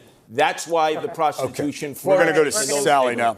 Thank you, David. We're going to talk a bit about experience and beliefs. We've covered a lot of ground tonight, but we want to probe a bit deeper into each of your mindsets and how you'll approach governing as mayor. Mr. Cuomo, you have touted your experience on the campaign trail time and again, But you pretty squarely lost the Democratic primary to Mr. Mamdani, forcing you, a lifelong Democrat, to run as an independent. That's your guy. When you announced that decision, you said, quote, "When you get knocked down, learn the lesson and pick Curtis yourself is the one back who go, up." who the f*** What lesson Hasan did you Piker? learn, and what do you feel it said about you, something you did wrong, something that you need to change about yourself? Yeah, I think in the primary campaign, I did not do enough on social media, which is a very effective medium now. This is always the mistake. They always think it's social media. This is so stupid. During the campaign. I mean, let him fail. And that is changed. Yeah, people need now. to see more of you on social media. That's I've also, why. Increased That's what'll do my it. activity. Yeah, let's pull up some of those significantly. banger tweets you got going on. But my agenda is exactly the same. I am the Democrat, although I'm not on the Democratic line. He is a Democratic socialist, called Barack Obama evil and a liar. Didn't vote for Kamala Harris. He is on the line. Fight and deliver is I will fight for people, I will fight the bureaucracy, and I will deliver results. New Yorkers need the mayor to get something done. This is all words and theories. I am a manager who can actually This is a question about self-reflection. Is the thing you're reflecting on the most that you need to be on social media more? Is there any other deeper lesson? Between the two campaigns, social media, more accessibility. Okay. I just have to say, it's been an hour and 20 minutes of this debate, and we haven't heard Governor Cuomo say the word affordability. That's why he lost the primary. That's why he'll lose the general election. And you can lie all you want, but the truth is, I voted for Kamala Harris. I'm the only candidate on this stage to have the endorsement of Kamala Harris, and I'm not the one who's funded by Bill Ackman, who called Kamala Harris unqualified to be the vice president of this country. Okay, may I respond? Yes, brief response, please. There are a lot of New Yorkers who support also, me. I don't think New Yorkers care about Kamala Harris. And there are a lot of Jewish New Yorkers I who don't think support so, no. me. Yeah, I think New Yorkers are done with because Kamala they think Harris. you're anti-Semitic. So it's not about Trump or Republican. Wasn't that one? Yeah. It's about you. Do you think he's anti-Semitic, Mr. Cuomo? I don't make those judgments about people. Are you a racist? Are you an anti-Semite?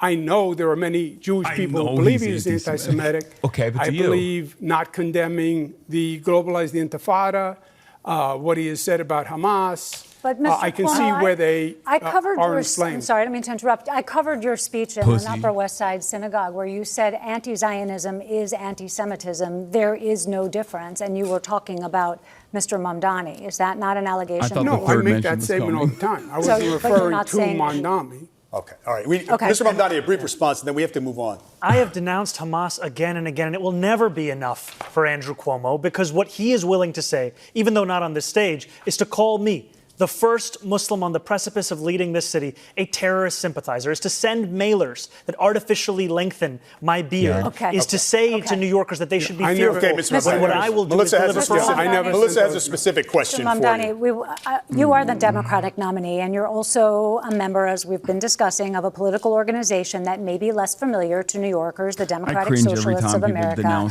which believes in dismantling capitalism. New York City is the global headquarters of the finance industry. So how would you be the mayor of Wall Street and the DSA? You have 1 minute. I would be the mayor of this entire city. And that means ensuring that the wealth that we generate in this city is also wealth that every single New Yorker can actually feel in their pockets. Because what we have today is a system that has generated the most wealth in the wealthiest country in the history of the world, where 1 in 4 of our neighbors are living in poverty. That's unacceptable. We can't look at 500,000 kids hungry every single night as just the cost of doing business in this city. That's something we have to actually change. And I'm going to do that by fighting for my neighbors in Queens that I've come to know, who are not only the ones who own teapots and toy stores, who own diners and dry cleaners, but also the ones who work there. Because right now, all of them are being pushed out of this city by corporate greed, by private equity, and by a politics that refuses to fight for them. I will finally deliver that politics. Just a quick follow-up, Mr. Mamdani. A lot of Hispanic that flee socialism and are a little bit scared to hear your policies. What would you tell them? Well, I would first say that I wouldn't be here without the support of Latino New Yorkers, because it was the majority of their support that helped to make me the Democratic nominee. And what democratic socialism means is a belief in the dignity of each and every New Yorker and the responsibility city government has to deliver that dignity. That's why I'm speaking about childcare, because it's pricing out New Yorkers from the city. That's why I'm speaking about freezing the rent, because housing isn't a human right in the way that we practice our politics in this city. And that's why I'm talking about making buses fast and free, because 1 in 5 New Yorkers are being priced out of public transit today. Rosarina. So, Mr. Sliwa, I would like to talk to you because you were here with us 4 years ago in the same stage for the general election debate, and you lost it. Why do you believe New York is ready to elect a Republican this time around? First off, did I not warn you 4 years ago that Eric Adams would be corrupt and we would have chaos? Did I not? Of course I did. And I get praised for that. Now I'm trying to get people to vote for me, not just on the Republican line, but also my wife, Nancy, who is the best thing that has ever happened to me, created the first ever independent Protect Animals line, which calls for no-kill shelters and putting animal abusers in jail. But the other thing that differentiates me from both of my adversaries is that I am opposed to the city of yes, which will destroy the residential neighborhoods. Both of them are for the city of yes. So when you vote for me, whether on the Republican line or the Protect Animals line, turn your ballot over and vote no on all those initiative and referendums. Imagine, they've said, how can you, Curtis, a Republican, work with a Democratic majority in the council? Adrian Adams is in agreement with me. The Democratic city council people are in agreement with me. No to the city of yes, which will take your homes and provide you instead with lithium-ion battery warehouses next to your house, which are like mini Chernobyls. I'm the only candidate who is opposed to the city of yes. Thank you. I have a quick follow to that, Mr. Sliwa. How do you bring down costs if you don't build more housing? Oh, it's very simple to build housing. You just look in New York City. We have so many dense areas where you no longer can use the commercial space. They used to be office space. And you just convert it into residential housing. You don't need to go into the outer boroughs. You don't need to use wetlands and parklands, which they seek to do. If you build a new building, it takes 5 years. If you convert an All right, Mr. Sliwa, thank you. We want to change the pace here a little bit. I want to change the pace and just get a sense of what you think about political leadership. We're curious about who you admire. Who is the best modern-day U.S. president? Mr. Cuomo? Modern day? Well, I'm partial. I was Bill Clinton's Housing and Urban Development Secretary. We built affordable housing all across the United States. So Bill Clinton? Empowerment zones. I would say Bill Clinton. Okay. Mr. Mamdani? I would say FDR. Mr. Sliwa? He's modern day? Modern. Man, I'd say FDR also, if that's modern day. Mr. Sliwa? A man that ended up being loved by Democrats and Republicans alike, the greatest governor we've ever had in my lifetime, George Pataki. 3 terms, no chaos, no corruption. I was asking. And he actually beat President. the better Cuomo, your father. Mr. Sliwa, modern U.S. This president. governor and this Modern day president, U.S. president. Who's who you thought the best modern best president in our lifetime? Yeah. I would say the best president in our lifetime that I've experienced. I would go back to Ronald Reagan. Ronald Reagan. Okay. Yeah. How about the best New York City mayor, Mr. Sliwa? Classic take from him. He won't say best New York City mayor, Mr. Rudy Giuliani, who endorsed me last week. Okay. And I'd have a little bit of Michael Bloomberg thrown in because he liked to delegate responsibility. America's I think the best mayor. New York City mayor of all time is Fiorello LaGuardia. Mr. Cuomo? It was Bill de Blasio last debate. No, I've always said Fiorello is the best mayor of all time. Who's yours, Mr. Cuomo? Is it of all time or modern time? Best New York City mayor in Europe. Of all time, it is Fiorello LaGuardia. We agree. Who's closer to LaGuardia between you and fucking Zohran? I wonder. How about the political leader, dead or alive, you most admire? Mr. Mamdani? I would say I admire Bernie Sanders. Mr. Cuomo? My father. Mr. Sliwa? Yeah. I said it already, George Pataki, who is loved by Democrats and Republicans and the greatest mayor in our lifetime. All right. The greatest governor in our I just have one more before Sally starts to ask you about schools. A show of hands. Who supports Kathy Hochul for re-election? It's a decision that should be made after this general election. So no decision. Mr. Cuomo, wow. You handpicked her as your lieutenant governor. No thought? You have to know who's running. Yeah. Okay, so. And I would add that I do think that Kathy Hochul, our governor, has been doing a good job in not only support her for re-election? Not only delivering for New Yorkers, but also standing up to Donald Trump. Do you support her for re-election? Then endorse her. I'm focusing on November. Why don't you endorse her? And I appreciate her support and I appreciate her work. But you don't endorse her. How about a shout out for Lee Stefanik to take out Kathy Hochul? So you have a Republican Mayor Curtis, a Republican Governor Stefanik, like Giuliani you want to talk and about Pataki, schools. who saved this city. You want to talk about schools. Sally? Okay. Thank you, David. Let's turn to education. There are a number of issues facing public Curtis schools. has too many opinions One that's to been stay on. controversial in the campaign is the Gifted and Talented program, which offers accelerated instruction to elementary school children. Mr. Mamdani, you have said that you want to phase out the Gifted and Talented program, while Mr. Cuomo and Mr. Sliwa want to expand it. Mr. Sliwa, we will start with you. What is your plan for the program? You have 1 minute. Gifted and talented. Yes, gifted and talented. I have two younger sons with Melinda Katz, the Queens DA. They both attempted to get into gifted and talented as 4-year-olds. They failed. It did not present a problem with their future education. We don't have enough slots. Right now, they're 1,900. We need to have at least 5,000 slots around the city. What they have not done at the Department of Education is make these tests available in Black and Hispanic communities. So, for instance, you have 77,000 children who are 4 years old. Only 10,000 have taken the test. Only 2,000 are accepted. Why not offer the test to all 77,000? And even if a gifted and talented class only has 3 or 4 in a minority school, give these children an opportunity to excel too. That would make it fair for everybody. Thank you. Mr. Cuomo, how does your plan differ from Mr. Sliwa's? You also have 1 minute. Oh, my God. If he gets more votes than Cuomo, I I'm support down. mayoral control. I think it would be a terrible mistake to roll back mayoral control.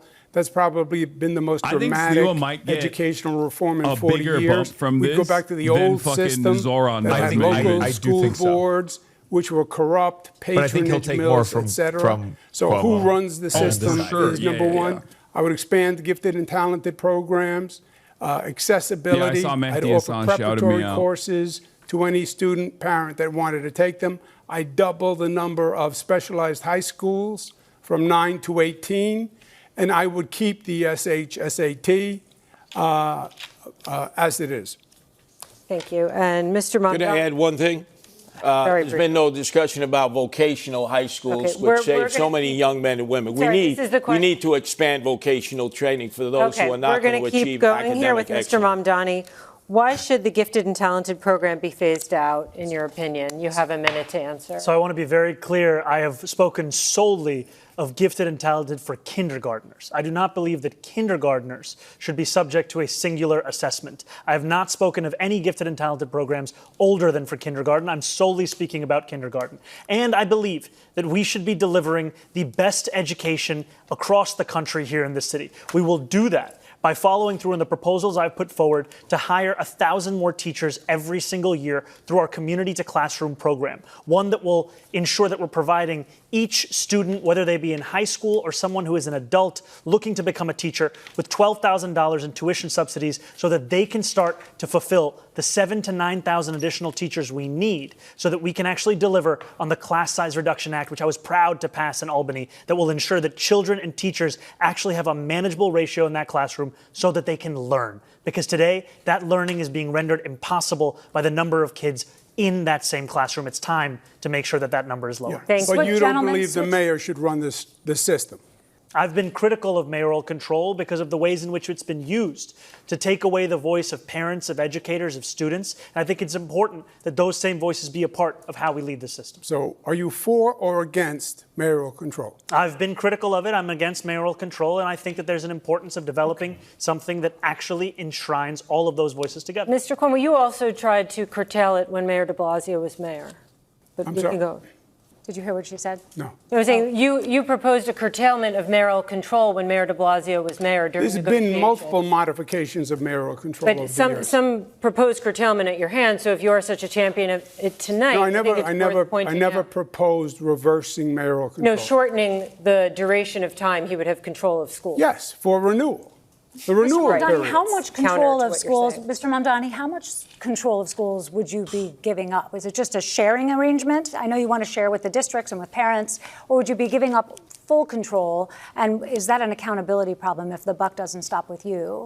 I think the mayor needs to retain the accountability so that New Yorkers know exactly who they can come to when they have critiques. And I think we also have to develop a system where we don't have what we saw just recently, where you have hours and hours of parents and teachers and students witness testifying, only to be overruled without any consideration by the panel. Thank you, Mr. Mamdani. I have to move on. Switching now, it's a question for all three of you. Switching to students with learning challenges.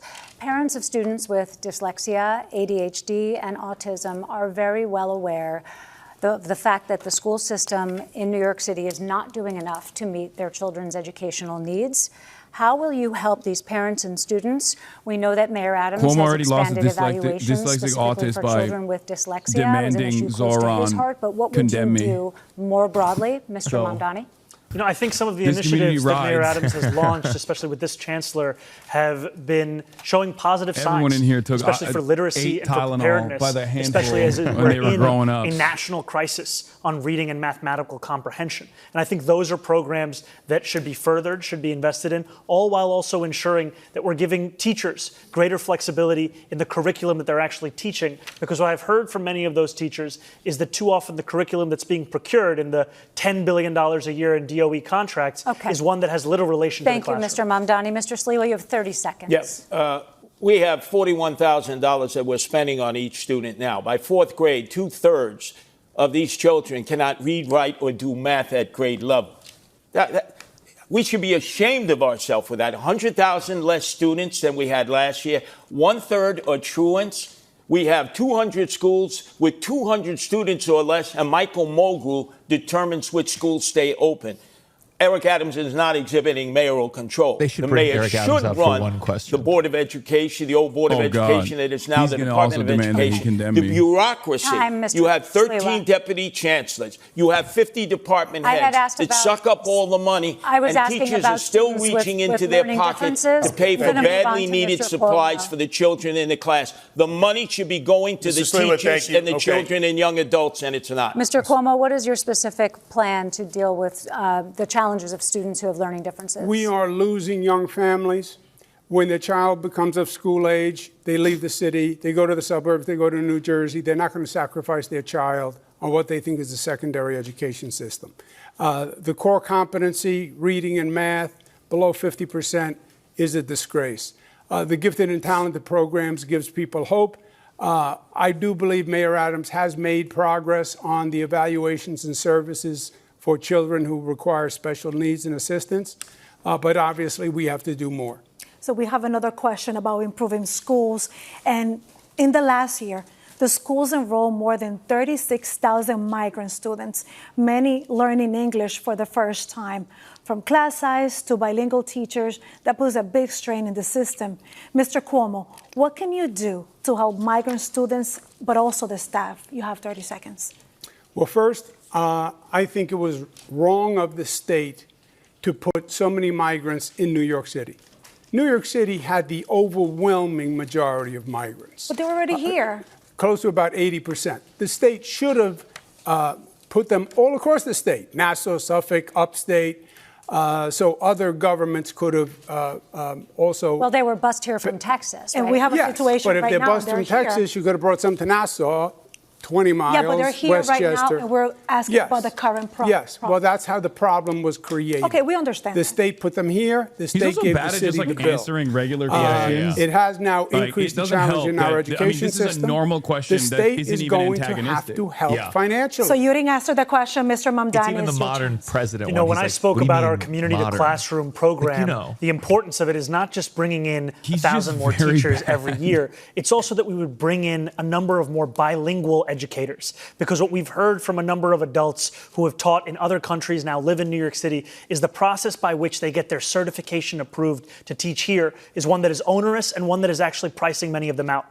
That's why this is a program that will directly address that, to increase that bilingual capacity in our school system so that we can teach every single child, no matter when they got here, the public education Mr. Mamdani, this certification has been offered and it hasn't been successful. So how can you make more teachers to be like they want to do this?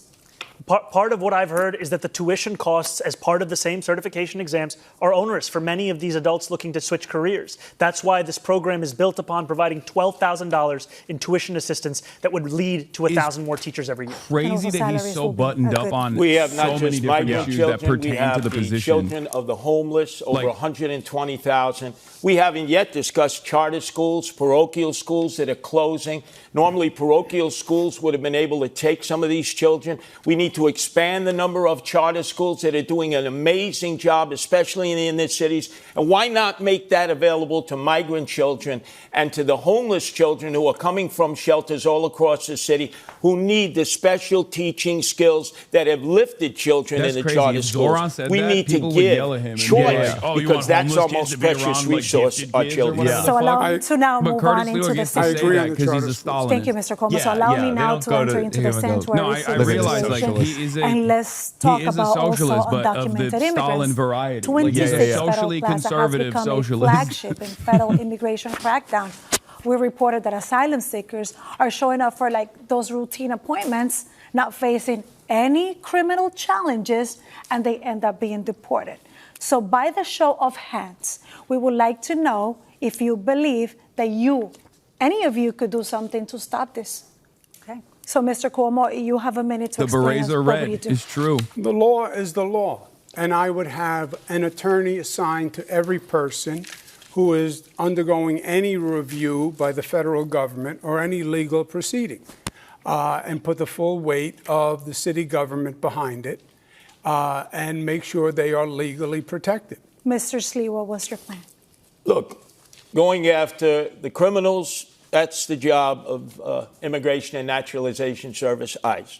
But when they have to perform under a quota, because I speak to many of the men and women who serve this country, it's putting too much pressure to go outside of courthouses, to go Home Depot shape-ups or in the backs of restaurants and hospitality businesses, which have hired these migrants, and they are essential workers now. I can tell you, I have 3 sons.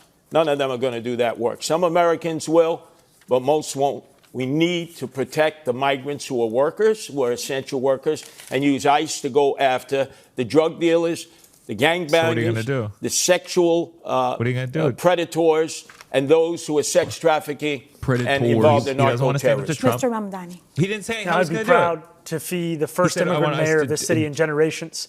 And it's at 26 Federal Plaza that I've seen what used to be moments when New Yorkers would be getting their citizenship turn into moments of tragedy, where judges are asking New Yorkers who are there for a routine immigration check-in whether they're prepared to leave in the very same clothes that they arrived to that courthouse. I agree that we need more legal representation. I also think we need to actually be able to stand up to Donald Trump, because I heard from Pastor in East Flatbush, Pastor Galbraith, who told me how he accompanied a member of his congregation to 26 Federal Plaza. He sat there as a judge was determining her fate. They managed to convince the judge to replace the deportation order with a TPS order, but they knew that ICE would not care about that change, and they had to sprint her out of the building, smuggling her into the elevator in order to get her back to Brooklyn. Thank you. Candidates want to talk about New York City's economy and change the pace a little bit. Everyone supports growing New York City's He's just economy. like, well, I The mayor should is our behave chief ethically. salesman to the business world. So we want to mix it up, test your persuasive no power. So we're fucking- calling it an elevator pitch. We'll start with you, Ms. middle Mamdani. road In this opinion scenario, on imagine ICE. you're Like, that's talking to the bullshit. CEO of a big tech company deciding to move its headquarters to New York City or to Dallas. The CEO is concerned New York just raised its corporate This is such taxes a and bullshit employees question will for pay more Zohran. for everything. Oh, Look into the fuck. camera and make your pitch to that CEO to come here and not there. Do it in 30 seconds. New York City has something that Dallas or no other city across this country could actually offer. And that is the quality of life. That is the arts and the culture. That is the people that make the city so special. And I, as the mayor of this city, will deliver that quality of life, will deliver the safety that is the cornerstone of an affordability agenda, and will ensure that companies choose to come to this city and also choose to stay in this city. Because so much of what drives the tech sector is a hunger for innovation, a unrepenting desire to actually innovate, and those are the very things that are going to characterize my city government in this. But what do you say to the CEO about Dallas the has the right corporate to taxes exist? and also the staggering costs for the worker? we are going to make this city more affordable so that workers who want to work at those companies can actually be able to do so. And we're going to ensure that this city continues to be workers, one where we see businesses opening. Workers and also are going to be much more. Thank you, Sal. Workers are going to be more Mr. Cuomo, productive something when of they a have reverse affordable scenario housing. for you. The They're not CEO moving of a those Google similar offices to company Dallas. with 1,000 good jobs tells you she's very close to moving her headquarters out of Low-cost New York sites City. literally don't She work cites because everything you from can't actually taxes bring to the in crushing good cost talent of to living places like for her that. employees in New York City. How do you convince that CEO to stay? Please look into the camera and make your elevator pitch. You have 30 seconds. We know will not rape you. The I other promise. companies in, That was for in New Mr. York City. Cuomo. I'm sorry. Oh my God, Curtis. The question is to me in this camera. Yes, the question is how you would convince the CEO of a company with 1,000 good jobs who's looking to move out of New York City because of the high cost of living for her employees and taxes, how you would convince her to stay in New York City. In 15 seconds? 30. Okay. 30 Oh seconds. my God. He's so old. I get it. You're I old, understand bro. your frustration. I understand that the far left has been raising taxes and making businesses feel like the enemy. We get it. That's gone. The DSA, the socialist orientation, we're not socialists. It didn't work in Venezuela, didn't work in Cuba, didn't work here. We know that we have to work with business. We want to be your partner. We want to have taxes that help us grow our city, but are competitive for you. We're at time. And we want to partner to grow your business and our city together. Mr. Sliwa, let's talk about business because let's assume the big tech company that we pitched to Mr. Mamdani earlier has decided to move to New York, and it's 1,000 good paying jobs, and the CEO wants to be based in Astoria, Queens. But there's a loud pushback of residents who don't want the noise and the traffic. How can you convince the residents to accept the new neighbor? You're speaking to a very powerful community. How can you convince them? But we saw that with Amazon. Amazon wanted to come in, and AOC led the charge, and local elected officials to say no to Amazon. That was a big mistake. I would say this. Our companies are being recruited away by the day. We have young people who are going to school here who could fill their needs in these high-tech industries who also are being lured away. We need to cut their income taxes for 5 years. Tell them if you go to school here, graduate here, no income taxes for 5 years. It's an income tax holiday. And the most important thing, we have to be able to assure the executive that this will be a city where we don't lock up toothpaste any longer, but lock up the criminals who make it intolerable to have a good quality of life. We need to move on to a subject that is worried about locking up the Socialists of America that stopped Amazon and cost us 25,000 jobs. So Thank it's you, real Mr. life. Cuomo. We need to move on to a crisis that is very important to a lot of voters, and that is people struggling with mental health problems. Roughly 500 times a day, someone calls 911 about an emotionally disturbed person. And in a limited number of those cases, when the person is not believed to be violent, social workers are dispatched instead of police. Mr. Mamdani, you want to do that on a much larger scale. So we want to know, how will this work? When will you send police versus social workers? You have 1 minute. You know, we have a program here in New York City called Be Heard that is attempting to do this kind of work.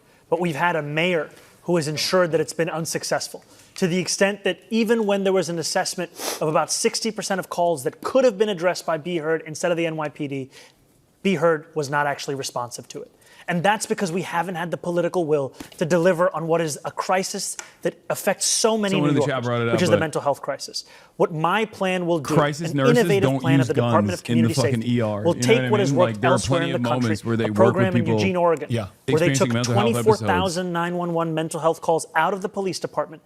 They were able to respond to all but 311 without police assistance. When there is a concern for safety or of violence, absolutely, you would have the police there. But what we are doing today is actually ensuring that every single call is going to the police and not allowing them to do the work that they signed up to do. How will you determine whether there is a concern for safety or violence? What is the line between the calls in which police will be dispatched and the calls to which social workers will be dispatched. The line is also going to be one focused on violence and the threat of violence. And I also trust the operators who will be receiving those calls to make that determination, as they do every day today for so many emergency services. And just two really quick points, please. There has been a lot of discussion that you would send social workers to domestic violence calls, which police are concerned about. So you're saying no, okay. And then the other question is, how can you be sure that a situation that does not sound violent when someone calls 911 does not become violent in the moment? Oh my God, what if this hypothetical scenario, it's actually Andrew Cuomo, but now he's like mutant rape powers. The experts that have shown us this can work. I hate these when you're fucking willing hypotheticals. to ensure that you're trusting the mental health experts who have been doing this work elsewhere in the country, where they call for the police when they need the police, but their initial impulse when there's no violence in that call is to actually address the mental health at the heart. Yeah, what if they're lying? Mr. Sliwa, you have encountered plenty of these types of situations in your decades of work with the Guardian Angels. Why won't you shoot homeless people? Do you see this approach Answer the working? question. You're we not want a you to police say you want to officer, kill but homeless people. you've Please, helped out in Zohran. situations. Zohran, boy, another fantasy that's not reality. Eugene, Oregon. Have you ever been to Eugene? I've been to Eugene. Come on, this is New York City. We have so many emotionally disturbed persons that are in need of help. Fucked up here, man. And we'll tell you this, New Andrew, York is you literally closed the mental safer health than beds most that were other taking care fucking of them. cities in the goddamn country. I hate this I narrative. know, this is the guy, he's patrolling the streets looking for it. Which forced these people to live in the streets, hate in the this parks, fucking and the argument. subways. Of course. These people need to You be haven't removed. been to Eugene, they they're need much mental kinder health there. care. We need to make Our our nutties are shelters extra safe. crazy. I've been in 1/3 of the 300 shelters run by the Department of Homeless Services. It's Darwinian there, survival of the fittest. If we can make our shelter system safe, we can get men and women who are homeless in there, especially veterans who we're not giving any attention to, who we put out in Ward's Island at 10 o'clock at night, released during the day, don't give any training, have them roam about, and obviously when you have nothing to do, you end up getting into trouble. Okay. This is a disastrous, homeless, and emotionally disturbed plan that we have in New York City. Because And I'm the normally mayor that people can don't change act it like because I deal their with them city every is day in the Gotham streets, City. in the parks, But and the he's subways. from New York, and Mr. he still Cuomo, acts do you like think it's that the Gotham NYPD City. handles 'cause he these thinks he's calls for Batman. emotionally disturbed people in distress well? Is there room for something in the middle? Yeah, Let me I at him. think, I'll touch all of the them. Assemblyman I'll deals sort in them out. theory. There's an advantage when you actually have experience. I've run homeless programs. I ran the homeless programs for the federal I'm gonna government. run it just I worked in like- cities all across the nation. Just like the elderly. When you get a call Push on him a into telephone camps. about a mentally ill Let God person sort it out. who may be violent, That was one it of is the- a very the bingo dangerous sound of Cuomo situation. voice.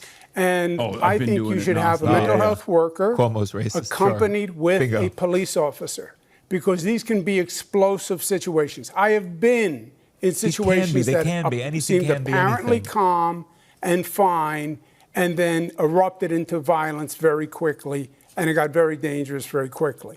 So I would have a Same social when the police worker get involved. with a police officer and get the people off the streets. That's the humane Yeah, thing, when and the get them cop the is there, care it's a they guarantee need. it's gonna escalate. Not the It's like, yeah, we're gonna not get all the crazy people institutionalized off the streets, 40,000 and then it'll people be no again. longer be a We problem. have supportive housing now, which is what we use, and forensic beds for people who need them. So let me Mr. get this Cuomo- straight. A police officer is there first. He has to wait for the arrival of a mental health No, care I would worker send them as a team.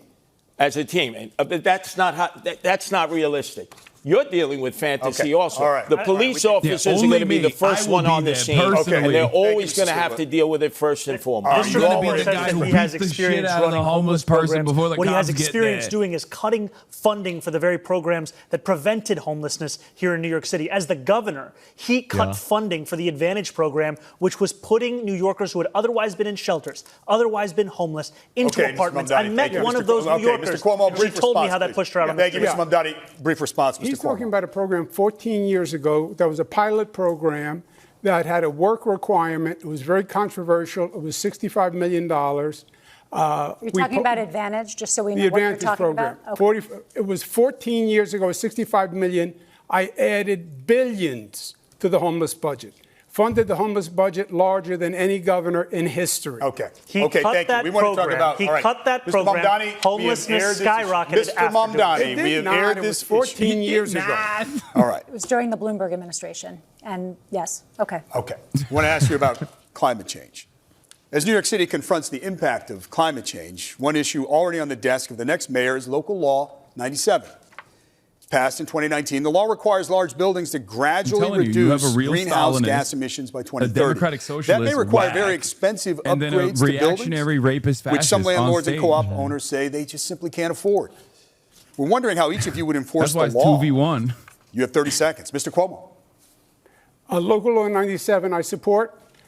Implementing the law is going to be the key because it has to be done in a way that isn't so disruptive to businesses and residences that they just give up and pay the fine and don't even try to comply, which is what is going to happen now. It will be cheaper for them to pay the fine than comply. And that obviously will accomplish nothing. So, yes, I support the law. Yes, we have to implement it, but we have to implement it in a way that is feasible. Right. Thank you, Mr. Cuomo. Mr. Sliwa? Local 97 will destroy those people who have invested in co-ops and condos. There's 100,000. It's forcing them to electrify. Now, you, Andrew Cuomo, took Indian Point offline, 25% of our electrical capacity with no replacement, which has caused skyrocketing electricity bills. And now we're going to force condo and co-op owners to electrify. Maintenance fees will go up 30%. These people will be leaving their condos and co-ops. They need relief. When I'm mayor, I slow that process down. We need our co-op owners and condo owners to stay here in New York City and not flee. Indian Point?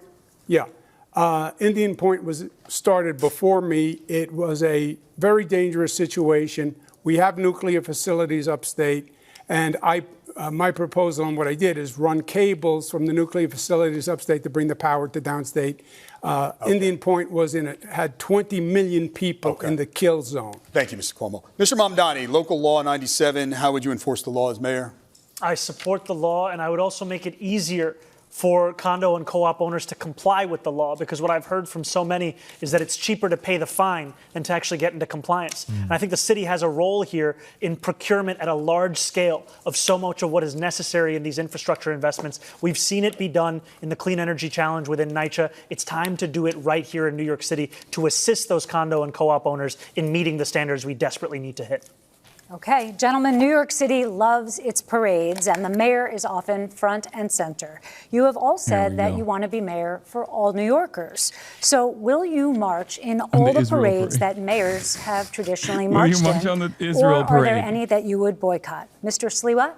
Oh, that's literally, I think the mayor has a responsibility, whenever possible, to march in parades, to celebrate whatever that parade is performing as. I've been a Grand Marshal of the Pulaski Day Parade. I was proud to celebrate my Polish heritage. Are there any that you would boycott, though? I just need to move this along. Excuse me? Would you boycott any of the city's parades? No, I would not boycott any parades. Mr. It's the mayor's Cuomo, responsibility to be available to all racial, ethnic, and religious groups. No, I wouldn't unless they discriminated. Okay. Mr. Mamdani? There are many parades that I would not be attending because I'd be focusing on the work of leading this city. Which parades? A number of them. I've already missed a number of those parades because I've been trying to speak to as many New Yorkers as possible. Okay. I don't have the list of all the parades I've missed. Wow, that's a lot. The mayor should be going to all parades. Let me ask you this. Are there any parades that don't exist that you think as should? Mayor, I will be at the Mr. Mamdani? I haven't thought much about parades, to be honest with you. Mr. Cuomo? I have not thought. I don't even know what parade doesn't exist, frankly. Could be for anything. Mr. Sliwa? Every parade has the right to exist in New York City. I would ask you, would you protect the Christopher Columbus statues that exist here in the city? Israel, they want them to bring it up. My focus is on affordability. I'm not thinking about Well, you're not answering the question. Yeah, thank you. You're not answering the who question. cares what the answer to the question to is? the Columbus Day statue. That issue's come up. That's what we earlier call in it, the debate. All right, disgraziado. Listen, we're in the last couple of minutes, and we thought we'd have some questions. We thought we'd have some questions that maybe give a glimpse into your life, your personality, away from the political podium. What's your go-to breakfast order at the bodega? Oh, Andrew Cuomo sucks on this. Oh, eggs and cheese on a roll. No salt, please. Mr. Cuomo? Same thing. No salt also. What? Mr. Mamdani? Egg and cheese on a roll with jalapenos. No. Have you ever purchased anything in a cannabis shop? And if so, what did you buy, Mr. Mamdani? First of all, I have. I have purchased marijuana at a legal cannabis shop. Okay. Mr. Cuomo? No. Mr. Sliwa? When I was shot 5 times, I've had Crohn's disease. I did use medical marijuana. Yes. Okay. In a dream scenario, we know it's not Hilarious. possible, but the Hilarious. Mets are When it playing was Game shot 7 of the 5 World times, Series what on the does that same night as the Knicks are playing Game 7 of the NBA Championship, and you can only go to one. Which one will it be? Was Mr. it Knicks Sleep? or? Again, which baseball team? This is the Mets, Game 7, Knicks, Game 7. Even I'm not going to the Mets game. I'm a Yankee fan. True baseball fans either like one or the other. I'm going to the Knicks game. That's my team, the Knicks. Mr. Cuomo?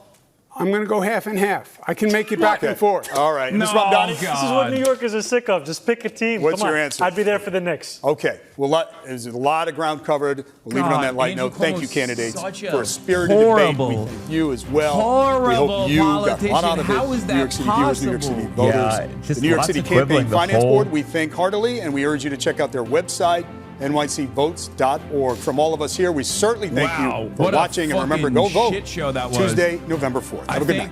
All right, some thoughts on what we just watched. I think Zohran got it. I think Curtis was shocking in his ability to share thoughts that wasn't being covered. To be fair, he's done this a lot. Yeah, And by that I mean this is his 11th mayoral run yeah. in a row. He's always the Republican ticket guy. Cuomo put forward no vision. He just quibbled how that was politics. What was was really good about what Zohran was doing is not only would he actually attack Cuomo, but he would do so within the confines of a clear-cut policy agenda that he was advancing, where he'd be like, I'm going to do this, as opposed to what Cuomo did. So it was a double bind in that regard. It was very good. Yeah. He moved on from attacking Cuomo in the second half. He was like, I think I made my points. And part of me always wants it to come back. Especially when they were talking about sex workers, I wanted them to bring it back to Cuomo. But I guess at a certain point, it's you're either bothered by Cuomo's past or not, and you got to present a vision. Yeah. And Zohran presented the most of a vision. But like I said, out of all of the people on stage that did not say anything mean about my 9/11 comments, I have to be a Curtis Sliwa supporter. Yeah. I apologize, Zohran. I'll hit you up later. My mistake. I thought you were a real one for I was the Turkish Connect, because every New York mayor has to have a Turkish guy. Yeah, that's true. And sorry, it's not going to happen for me any longer.